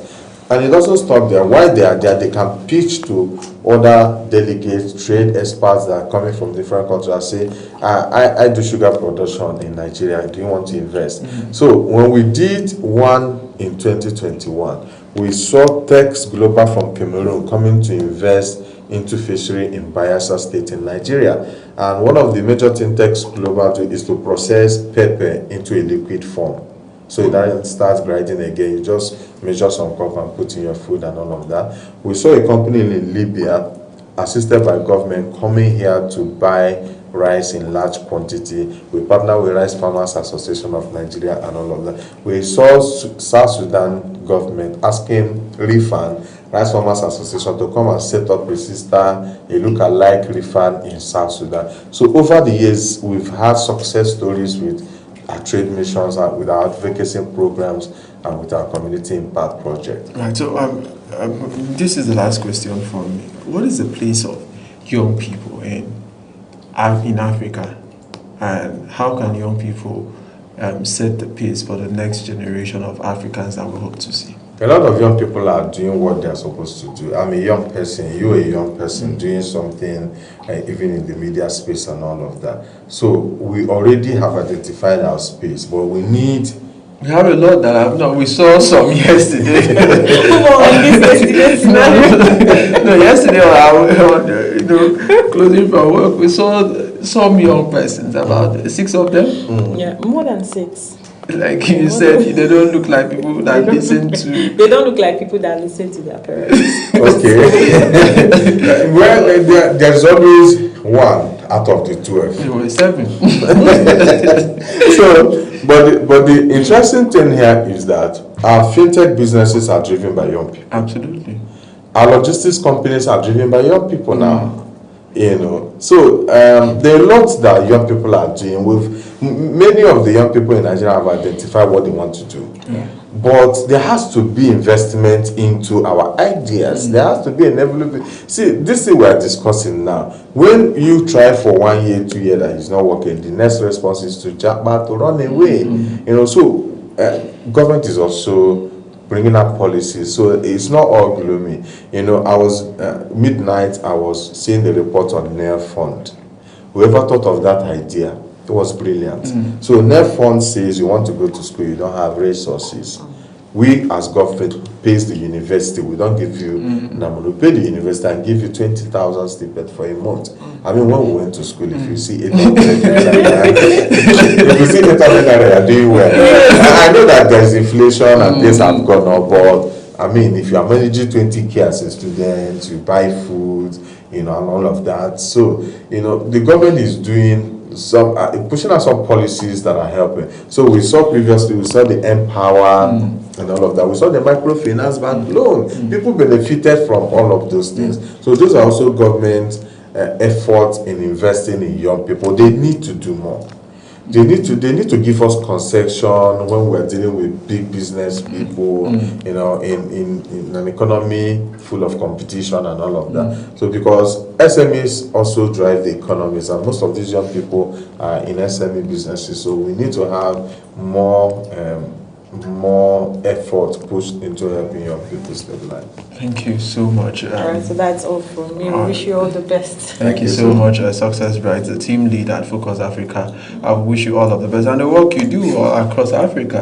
And Africa will become a continent where the whole world will be so proud of. Thank you so much for having me on this show. All right, so we'll go for a short break, and when we'll come back, the Global Morning continues. Stay with us.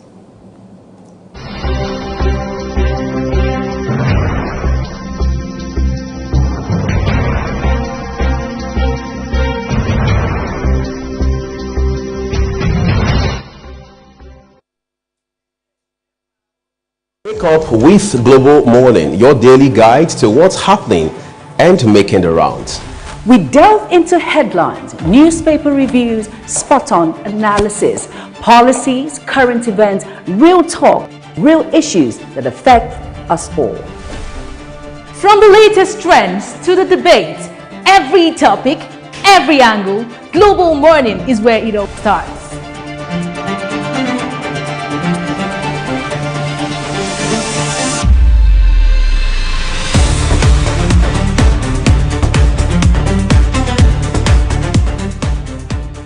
Global Morning. For the latest issues, Always on point. watch Global Morning Monday to Friday at 7 a.m. Saturday and Sunday at 8 a.m. on Global Television.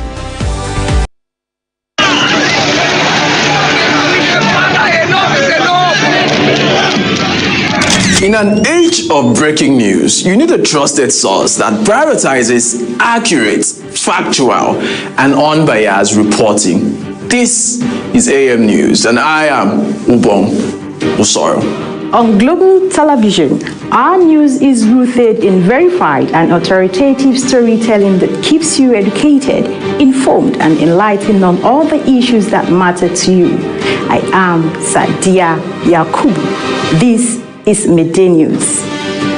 You can trust a multi-platform news broadcast real-time and fast-check stories for all the big local and foreign headlines round the clock. I am Ramsey Enoch Agbo. This is News Express. Our array of anchors delivers the news to our teeming viewers, breaking it down with context and perspective. This is News Cycle on Global Television. I am Anieti Patrick.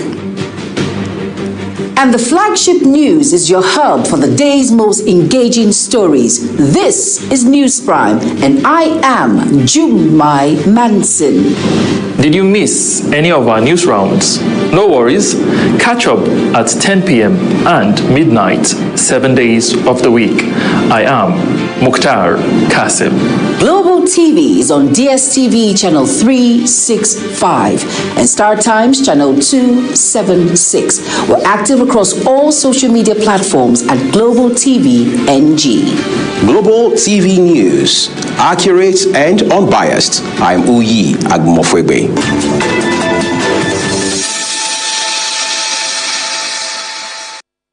Hello and welcome. Today brings a calm and comfortable atmosphere across much of the country with a blend of clouds and sunshine creating fairly pleasant conditions. However, there is still plenty of moisture and energy in the atmosphere, which means rainfall activities will continue to increase as we move deeper into the day. At the moment, we're tracking developing storm systems around Maiduguri and part of Plateau Axis. These systems are expected to intensify overnight and may spark early morning thunderstorms across western parts of the Federal Capital Territory, Niger, Kwara, and parts of Kogi and Kwara states. Moderate rainfall also remain possible over parts of Adamawa, Taraba, the coastal areas including Lagos, Cross River, Akwa Ibom, and parts of Bayelsa. The most significant weather is expected from the afternoon into the evening period, when storms are likely to become more widespread and intense across several parts of the country from the north down to the southern half of the country. Meanwhile, the extreme northeastern parts of Maiduguri and Yobe states are expected to remain mostly partly cloudy with limited rainfall activities. A quick reminder to remain cautious in vulnerable areas to flash flooding and strong winds during thunderstorms. That's the latest weather outlook. Thank you for watching.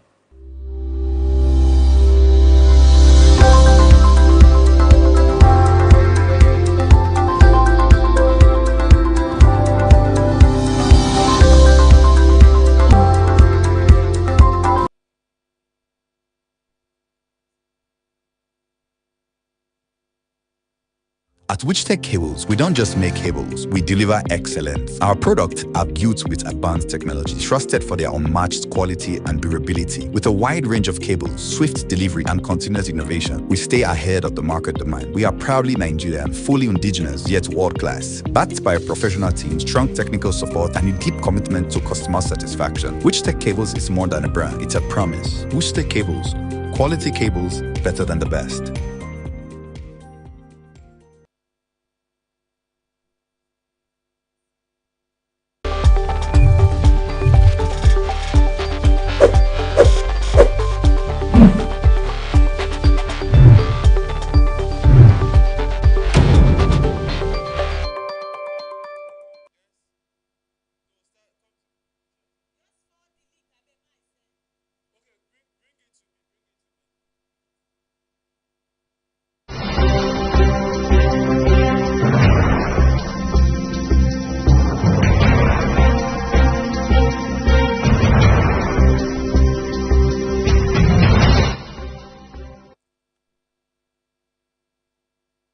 All right, so welcome back to the program. The health condition in our country, Nigeria, is something that calls for concern. We keep seeing where for very illnesses, some persons fall into distress. They have to run out of the country because the investments that we're making in health seems to be very troubling and sometimes very low and not up to the standard. The United Nations says 25% of our budget should be for health, but is that the case in Nigeria?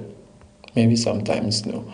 Welcome back to the program. It's still Global Morning Weekend Edition. My name is Ubon Musoro, and as usual, we have Sadia is still with me as we continue the conversation on the program. Sadia, welcome to the program. All right, good morning once again, and welcome to Global Morning Weekend Edition, the place where stories come alive as usual. I just back and the moment that matter takes center stage. Together with Ubon Musoro, I am Sadia Okubu, will be your host for the next few minutes.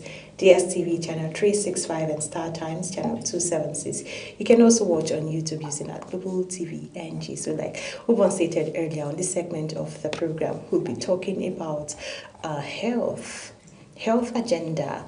Health agenda is a structured plan or policy framework that outlines a government, organizations, or international bodies' health priorities, goals, and strategies for improving public health outcomes. It identifies the most urgent health challenges.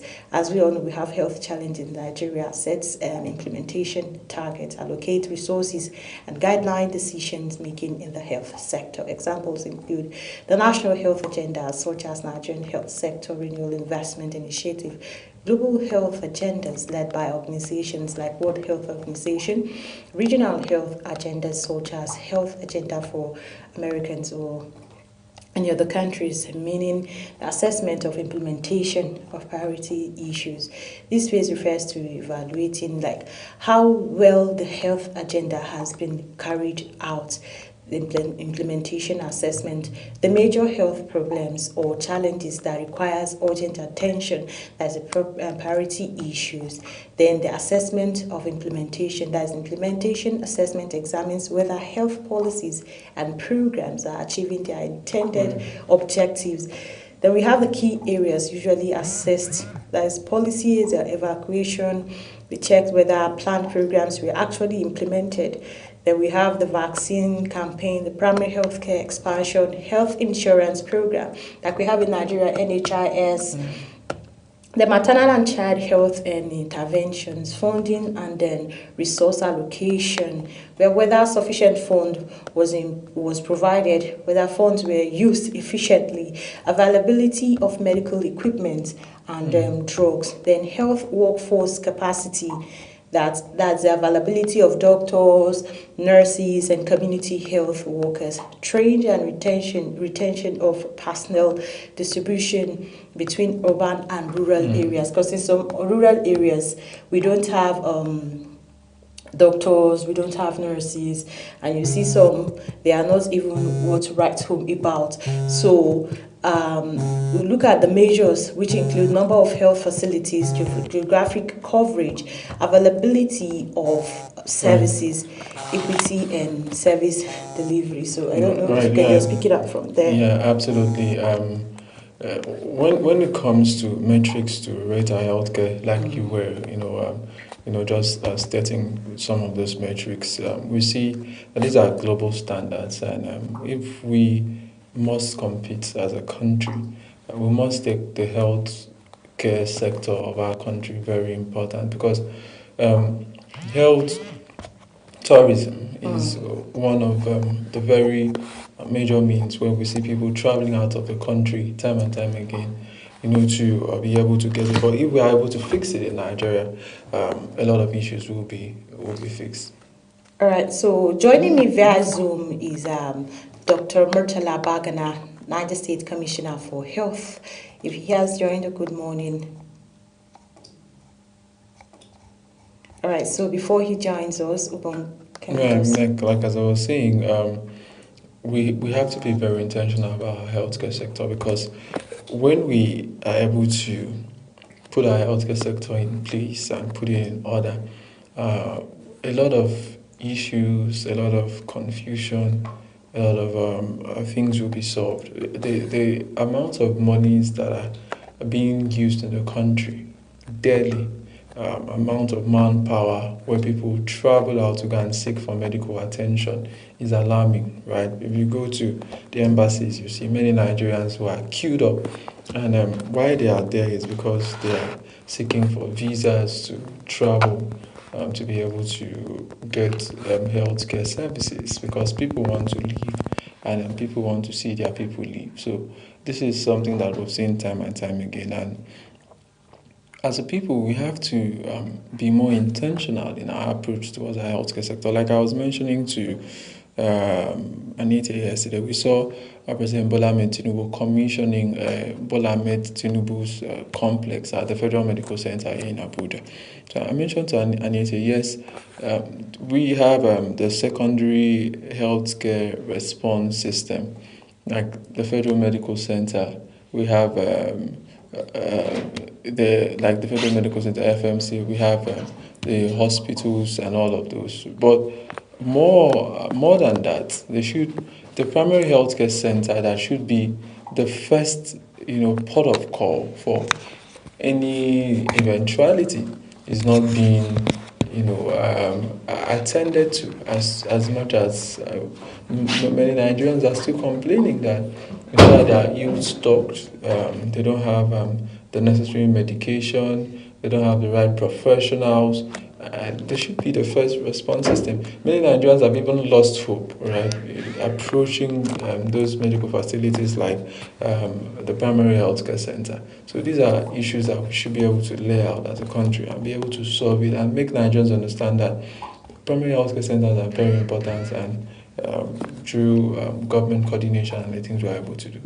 All right, so a number of health facilities, geographic coverage, affordability of service, equity in service delivery, monitoring and evaluation, that's the check. Do you show the check? Yeah, they do. I remember when I was in Calabar and I was working for a radio station, I did a United Nations project on health, during the COVID period. And the monitoring at that period was superb. The monitoring and supervision of it was led by the DG, Director General of the Cross River State Primary Healthcare. I don't know if it's center or facility for primary healthcare Cross River State. There was a lot of monitoring to check the various healthcare centers if they have staff who are on call, right, to attend to people, because sometimes you could even see people that are on night duties will not come. In their mind, they'll say they will not have patients in the night. But what if you now have the patients in the night? So there will be nobody to attend to them. So there's a lot of, in these kind of critical sectors, you need lots of monitoring and supervision. In these kind of critical sectors, you need monitoring, you need supervision, and you need a good dose of this kind of supervision. And you don't just leave things and we'll go to play. Sometimes we could even go to, I'm more interested in primary healthcare center, because this should be like the first port of call. This should be like the first place where people approach. This should be like the first place where a lot of cases are able to be taken care of. But we end up not seeing that. So what we see now is that everybody wants to run to the Federal Medical Center, to the teaching hospitals, forgetting that the primary healthcare center, should offer such services to them and to Nigerians. So these are questions that concerns that Nigerians continue to raise as to how intentional we are with our healthcare system. Because if we don't have an healthy population, it will affect the other things we do, right? Sometimes issues like that could easily be treated and solved through early detection and the right medication, is not solved, and sometimes it leads to loss of lives and property. And these are human lives that could have contributed to the economy of the nation. So it just lays a bare foundation that it is very important, and it is something that Nigerians must not take for granted. It's something that the government must not take for granted. We must start to see quality investment. We've seen some elite investment. We have some very good hospitals, but at what cost? These are issues in Nigeria. That can an average Nigerian walk into, an hospital and receive quality healthcare? Sometimes you even get into some hospitals, then they will book you for 2 weeks. What if you die before that 2 weeks? They tell you to go and come back. And you don't blame them because they are short staffed. A medical doctor may need to see up to 80 patients in a day. There are global standards to this thing, but because they are short staffed, 2, 3, 4 medical doctors attend to the whole community. It shouldn't be so. For example, something happened back then in my state where we lost a life. The woman was pregnant, and then they didn't know that she was pregnant. Then they carried out an operation, like they operated her for something, I've forgotten, was it appendix or something like that? So when they started, there was lights. Nigeria now, they will bring lights now, and then later they will take lights. No generator, no solar system. So because of operation, they waited for like 2 hours, no lights. So the husband of the deceased now said, okay, I would buy petrol. They said the gen is faulty. To cut the long story short, we lost the woman after bleeding. Before the real doctor could arrive, not unknowing to the people there, those ones even performing the surgery were not even the real doctors. What am I trying to say here? What I'm trying to say is our health sector now, I don't know for private sector, but talking about government health sector, we don't give it that priority anymore. Some doctors will be on duty and then they will just leave and then allow IT students, I don't know how they call their own there, but to me I think that's IT students, to take charge of our patients. You can see issues such as the surgery aspects. You allow IT students to operate on a patient with such situation. That's quite. So I don't know our government-owned hospital. I don't know how some of our doctors behave.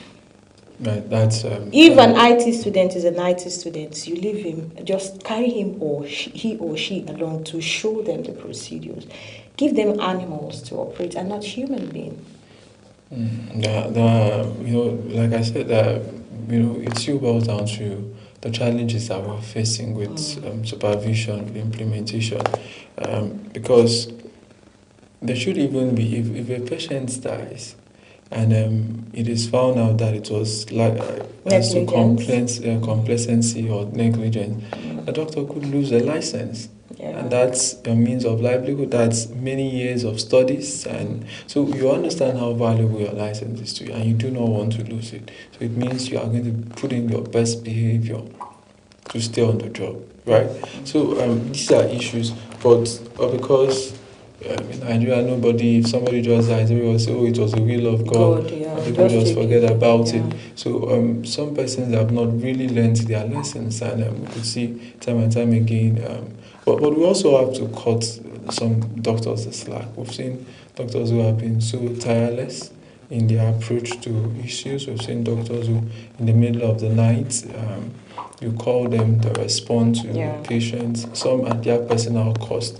We've seen doctors who have sought, help for their patients and all of that. All right, so I think Dr. Murtala Bakana has joined us, if I'm not mistaken. So if you can hear us, good morning, Doctor. Good morning. Nice to have you on the show today. Thank you. Eid Mubarak. Eid Mubarak. How is family? I'm here to receive my ram, even my colleague, Ubon Usoro. Thank you so much. Your ram will be waiting for you in Mina. All right, no problem. So a quick one, let's get started. All right, what is meant by National Health Agenda?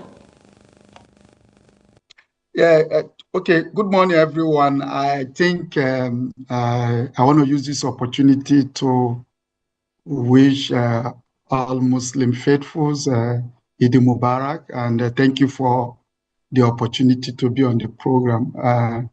The national program is as simple as I want to highlight it. What we currently have under the leadership of Mr. President, His Excellency Bola Ahmed Tinubu, and being managed by the Coordinating Minister of Health and Social Welfare, Professor Ali Mohamed Pate, is what we call the Health Sector Renewal Investment Plan.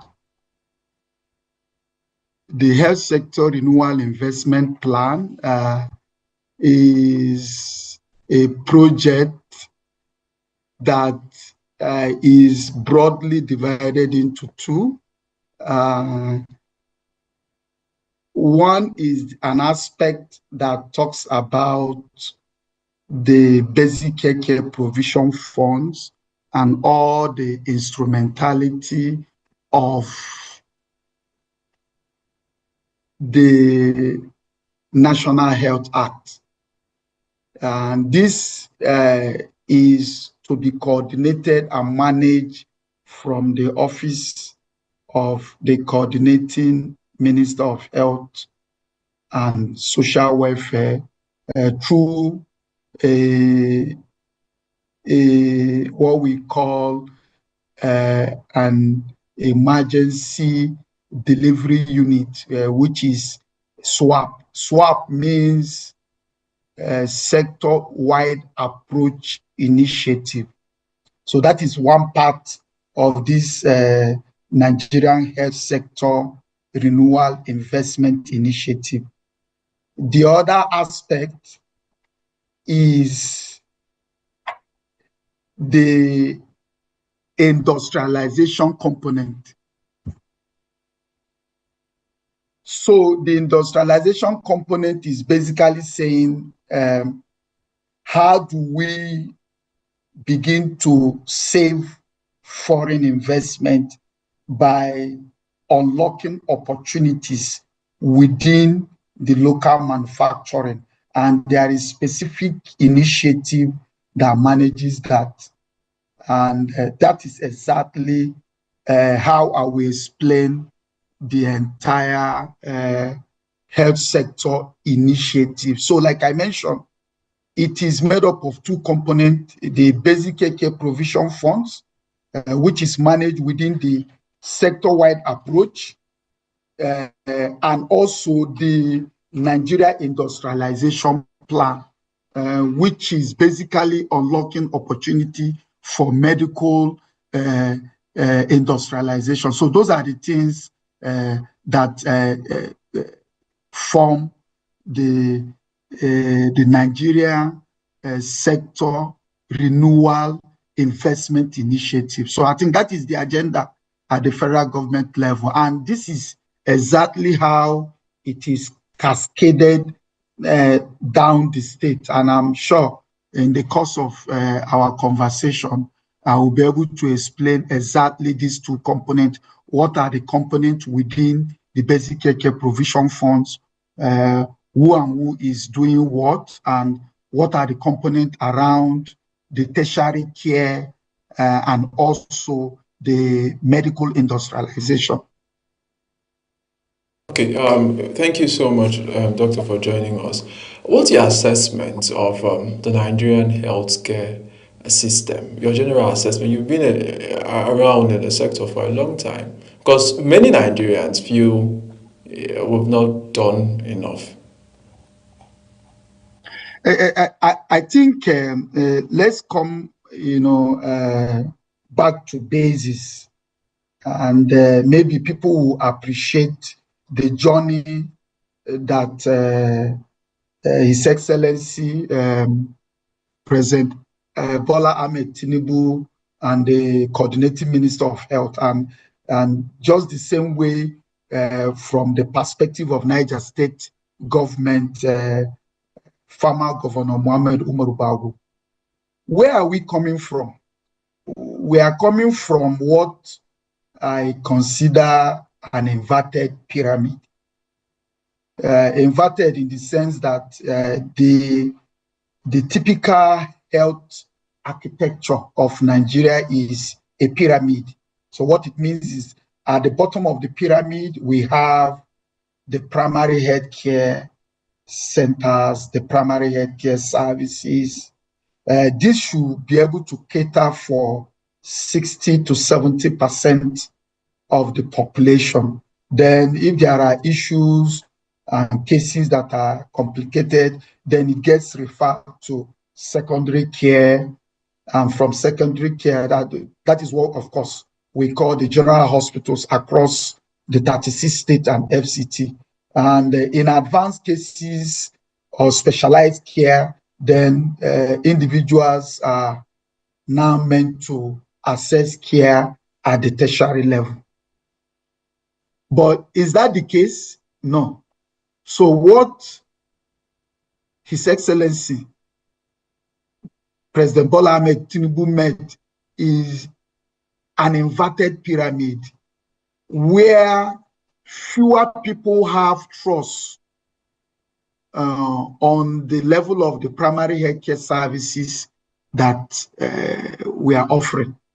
And even for a common headache, people access care at both secondary and tertiary. So like I mentioned, 60 to 70% of the population, and a lot of our population are at the rural level, they are supposed to access care at the primary health care level. Then, 10 to 20, 20 to 30, then only 5 to 10% should actually seek for care at the tertiary level.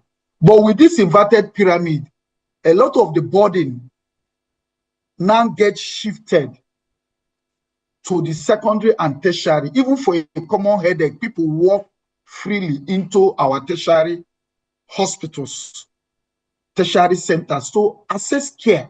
So what did the coordinating minister, what he immediately came in, he undertook a holistic assessment because he has been ready for the job. And the assessment came up with various approach to what to do to fix the problem. So for that, he has entrusted different agencies with the responsibilities to ensure that we invert back the pyramid the way it should be.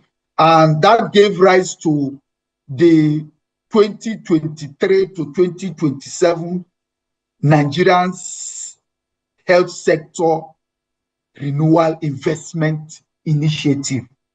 What is it that we will do with the primary health care? So the primary health care revitalization, making sure that, we fix the problem of ineffective, inefficient, and poorly coordinated spending at all levels. So if we fix that, making sure that resources are available from federal through the Basic Care Provision Fund and all the gateways, the NHIA gateway, the National Primary Care Gateway, the emergency care through the emergency medical transport system, that resources get down directly to the facilities so that people will begin to have faith in our primary health care. In Niger State, His Excellency Mohammed Umar Bago has taken up boldly. He is a champion of the Nigerian Health Sector Renewal Initiative. And to do that, it is encapsulated within the new Niger Health Agenda to say, okay, since people lost faith in the primary health care, let's fix the primary health care. So we have started the whole revitalization of the primary health care system, working with our development partners, working with all the federal institutions, and also the Federal Ministry of Health and the Social Welfare to begin to fix the primary health care. What we have done so far is we have been able to take our primary health care to what we call the standard level 2 primary health care. This standard level 2 primary health care is a primary health care with a perimeter fencing, with all full complement of services, with accommodation for staff to ensure that services are delivered. And it's the same thing we are doing at the secondary level and the tertiary level. So yes, your question is absolutely on point. So the issues we are trying to fix is to ensure that we invert this pyramid. But we are not stopping at that. We are also saying, what is it that we can do because of the cost of commodities, supply and drugs? Can we begin to engage through a private sector initiative, private sector players, development partners, and the G institutions? By the G institutions, I mean the Gates Foundation, the Gavi, the Global Fund, the Global Facility Financing of the World Bank, to say, how can we unlock all the potentials within the medical space? There are a lot of potentials we are missing. We are missing potential around research. What is it that we need to do? We are missing potentials around the supply chain. What is it that we need to do to ensure that commodities get to the last mile? We are missing potentials around local manufacturing of drugs, commodities, and supplies. So these are some of the things we are doing to in order to reverse the trend.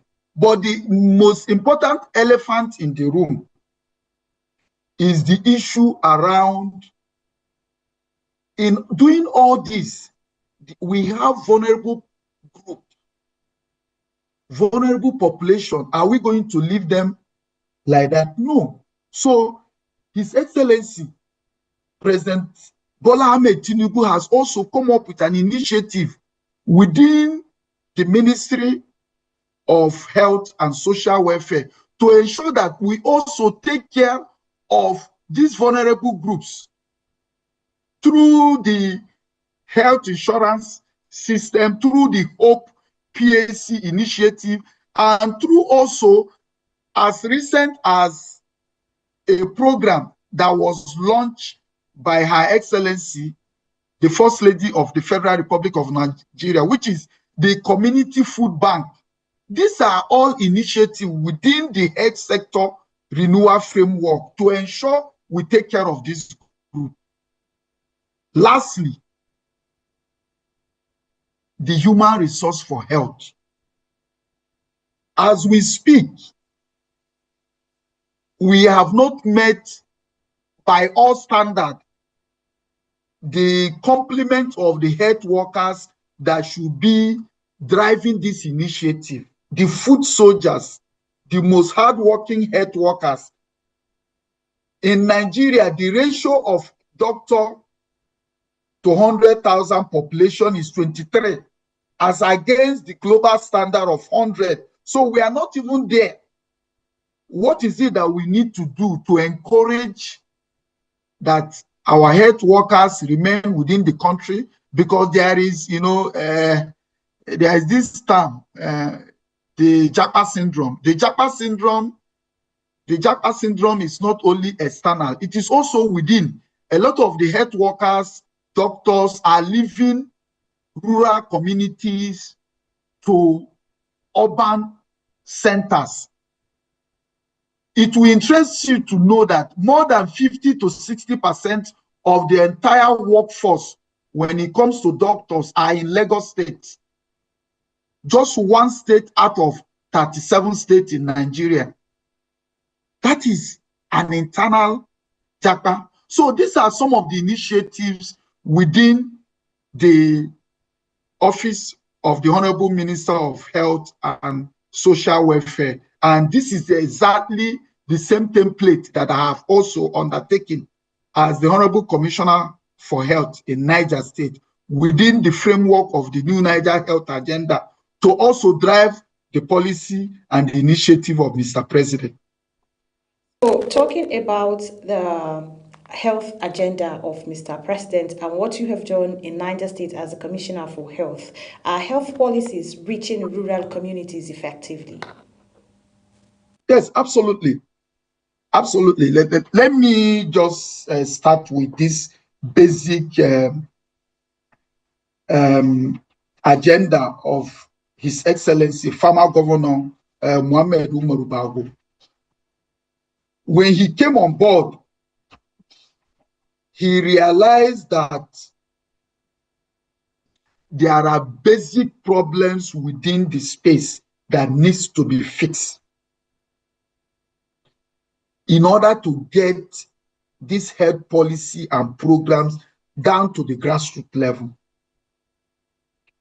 One of the challenges we met on ground when I came into office, I just came in, I think, barely 6 months ago, was inefficient governance and coordination of all programs across board within the partner space and within the ministry. So in Niger State, we have over 1,500 primary health care facilities scattered across 25 local governments. We have 22 secondary health facilities, what we usually refer to as the general hospitals. Then we have 2 tertiary centers. One is federal, the Federal Medical Center, BIDA. One is state, the IBB Specialist Hospital. But the bulk of our responsibility is at the community level. So we have a community-based approach that is culturally sensitive to our people. So what did we do? We engaged the traditional institution, the custodian of our culture and heritage, on driving the health initiative.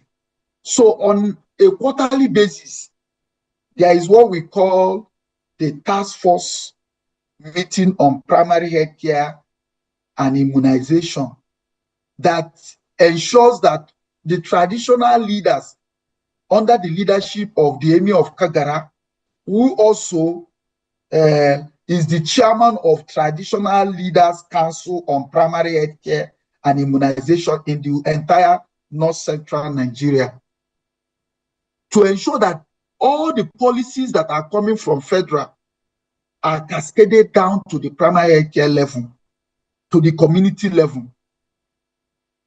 And how are they involved directly? There is what we call the World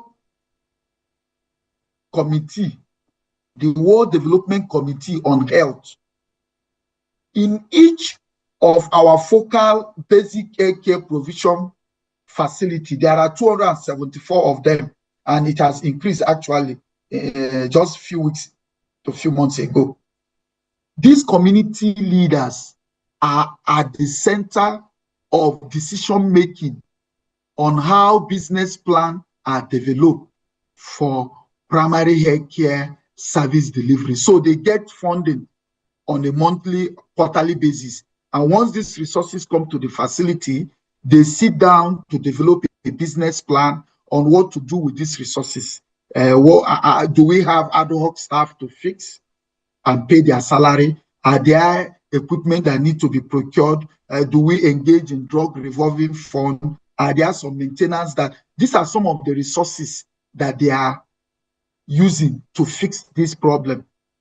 On a quarterly basis, some of these facilities get 600,000 per month or 800,000 to fix basic issues within this facility. This is different from all the other essential commodities and supply that comes from the state government and our partners, ensuring that there are no stockout of whether it is vaccine or commodities at that local level. So yes, there are programs that cater for community-based initiative. Lastly, we have an initiative which, like I mentioned, within the basic care provision form, we call it the Community Health program. This community health program are residents of communities. They could be community health officers, retired nurses, or even people with little or no knowledge of health. They are trained to move from one household to the other to ensure that essential commodities are being provided to household and encouraging household to improve on their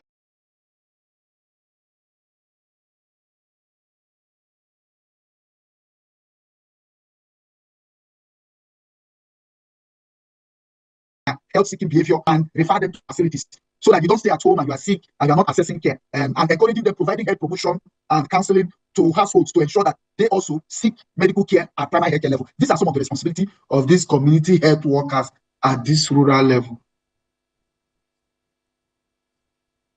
Challenges that slow down the implementation of health policies in Nigeria. You mentioned earlier when you were speaking the basic, that is the pyramid is divided into the basic and the secondary levels of healthcare. What are some of the challenges that are militating against the progress of our healthcare system in the country? I think one of the biggest challenge that we face as a country within the healthcare space is not necessarily lack of resources. Even where there are resources, data has shown that, yes, I understand that our expenditure total budget as compared to the GDP is around 2.8 to 3%, as against the global standard of 5% of total budget expenditure. But if with the little that you have, do we have an effective governance that manages those resources? I have this popular say that more is not better. Better is better. You know, the idea that people would say, give me more, give me more, give me more. But how are you even spending the little? It is only when I can guarantee effective, equitable, and quality distribution of even the little you have that I can entrust you even with more. Yes, we have healthcare financing as a major challenge. As a country, we need to be honest with ourselves. Healthcare is not charity. Healthcare service delivery is not just social services. Healthcare delivery is expensive. And we have to look ourselves in the eyes to say, it is expensive. Yes. But all fingers are not equal. Those that have should be able to pitch and contribute their fair share to encourage those that don't have in the time of need to be taken care of. And this is the kind of policy His Excellency Bola Ahmed Tinubu brought into. Do you know how many Nigerians know for a fact that within the 24 to 48 hours of road traffic accident, snake bite, fire disaster, any emergency injuries, that you can actually access care for free, regardless of your social strata, race, economic power, that these services is available to you as a Nigerian, as a resident, for free? How many people are aware of that? In designated facilities, a lot of Nigerians are not even aware of this. So, Healthcare financing is one of our major challenges. The second one is the human resource for health. I want to make this narrative, and it's very clear, and until we begin to address that, then we will not solve the problem. You can build all you can in terms of a facility. In the most remotest community, if there is no doctor, you cannot move the health indices of that community, that local government, or that state. And the health indices of Nigeria is a collective health outcomes from each and every communities, local government, and state. So you need a doctor in that facility.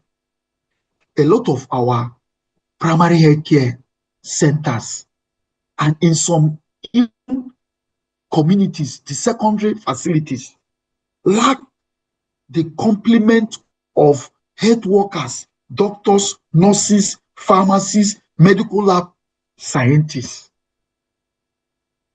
to be able to effectively implement on the health renewal initiative of Mr. President, and by extension, His Excellency, former Governor Mohammed Umar Bago, the governor of Niger State.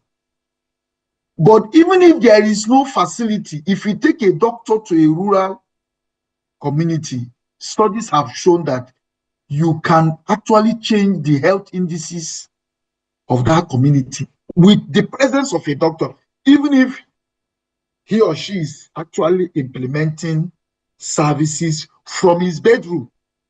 So the second biggest challenge that we're having is a discussion around human resource for health. Doctors are in droves leaving the country for greener pasture. Are there incentives that we encourage them to? Their reward is not, they are not ready to wait till they go to heaven.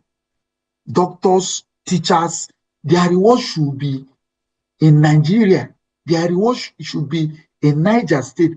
And that is exactly why the present administration of His Excellency Mohammed Umar Bago is paying attention to ensuring that we have doctors across Niger. Just of recent, last month, His Excellency approved through the Executive Council memo a program we want to initiate in Niger State.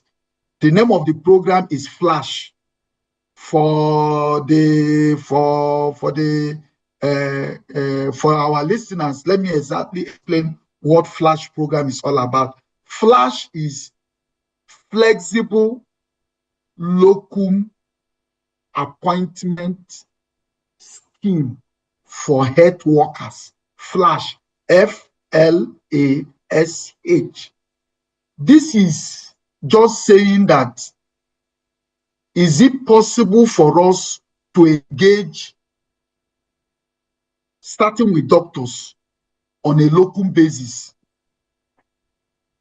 and post them to rural communities? Is it possible for us to ensure that, like you have just rightly shown on the screen, that is one of our level 2 primary health care center. Is it possible to have a dedicated doctor at this Senator Idris Ibrahim Kuta Primary Health Care Center, one of the best, if not the best in the country, that a doctor should be there? The doctor can actually provide services on a local basis. Is it possible for us to incentivize doctors that are posted to rural communities, provide them with car loans, provide them with housing loan, ensure that they have a call duty vehicle, provide them with a befitting accommodation, encourage them to work within these rural communities? this initiative, by the grace of God, will fully be implemented in the coming weeks and months in Niger State. We are saying that enough is enough. Whether you like it or not, our doctors are living and they are talking to us, but we are not listening. What we are trying to say here is, how can we come on the same table with doctors to provide, opportunity for local? A doctor can decide to work for 3 months, 6 months, 9 months, 12 months, but we will ensure that within the period they are working, as they are leaving, we are replacing them. But to ensure that there is continuum care in all our facilities, both at primary, secondary, and tertiary. At the tertiary level, you were just showing a very, important initiative of His Excellency, Former Governor Mohammed Umaru Bago. That is the Porter Cabin, a 60-bedded, state-of-the-art Porter Cabin, one of the best in the entire West African sub-region. What we are saying is that facility can be moved to anywhere. We know for sure that we have security problem in Niger State, but we are saying that that should not stop us from ensuring that we provide adequate health services to our people. So what you just showed is a fully automated Porter Cabin with full complement of equipment, beds, monitors, and also staffing that will ensure that on a regular basis, individuals are admitted at that level of care, which is the tertiary healthcare system. So lastly, one of our major problems is coordination. I think this is where kudos should be given to the Honorable Coordinating Minister for Health and Social Welfare.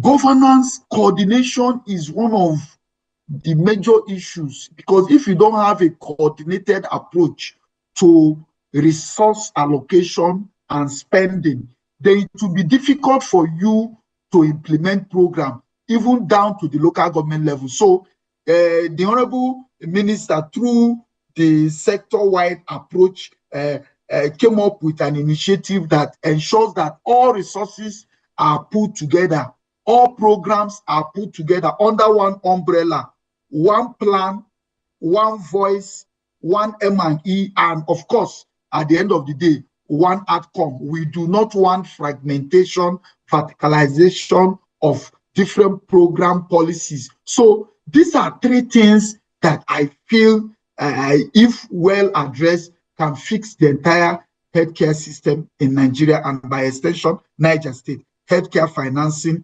human resource for health, and ensuring that there are effective governance and coordination across all programs and resource mobilization. Thank you so much, Doctor. Nice having you on the show. I wish you would be in the studio whenever you're in Abuja so we can discuss more because of time. Thank you so much. Yeah. Absolutely.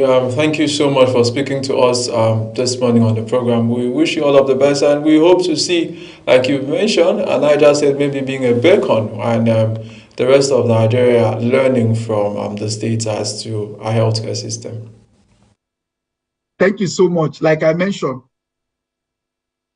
more is not better. Better is better. That you have more things without efficiency does not make services better. Even if you have little, just like we are doing in Niger, you have to make it more efficient, effective, and equitable for the entire Nigerite. Thank you so much, and I'm happy to, join you in Abuja anytime I'm given the opportunity. All right, thank you so much. All right, so let's go for a short break, and when we come back, the show continues. Stay with us.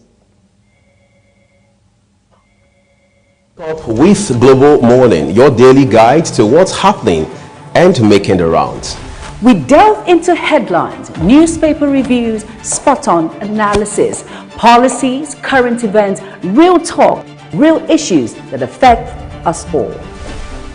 From the latest trends to the debate, every topic, every angle, Global Morning is where it all starts.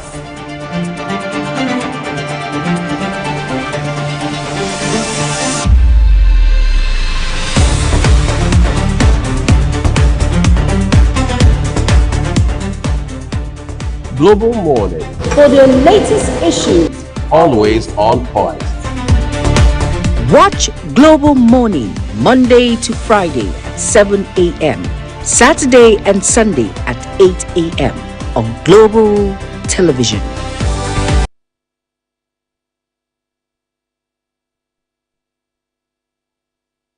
Welcome back from that short break, and that was Dr. Bagana Murtala, the Commissioner for Health, Niger State. So, absolutely. Yeah, he spoke at length. Although, we have this Japa syndrome among not only doctors, even common person like me.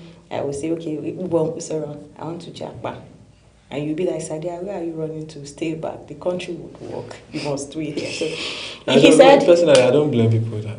Yeah. They go in search of greener pastures. They feel that, most especially doctors, they feel the Nigerian government is not ready to give in to their demands. So let them go outside where they will make more profits.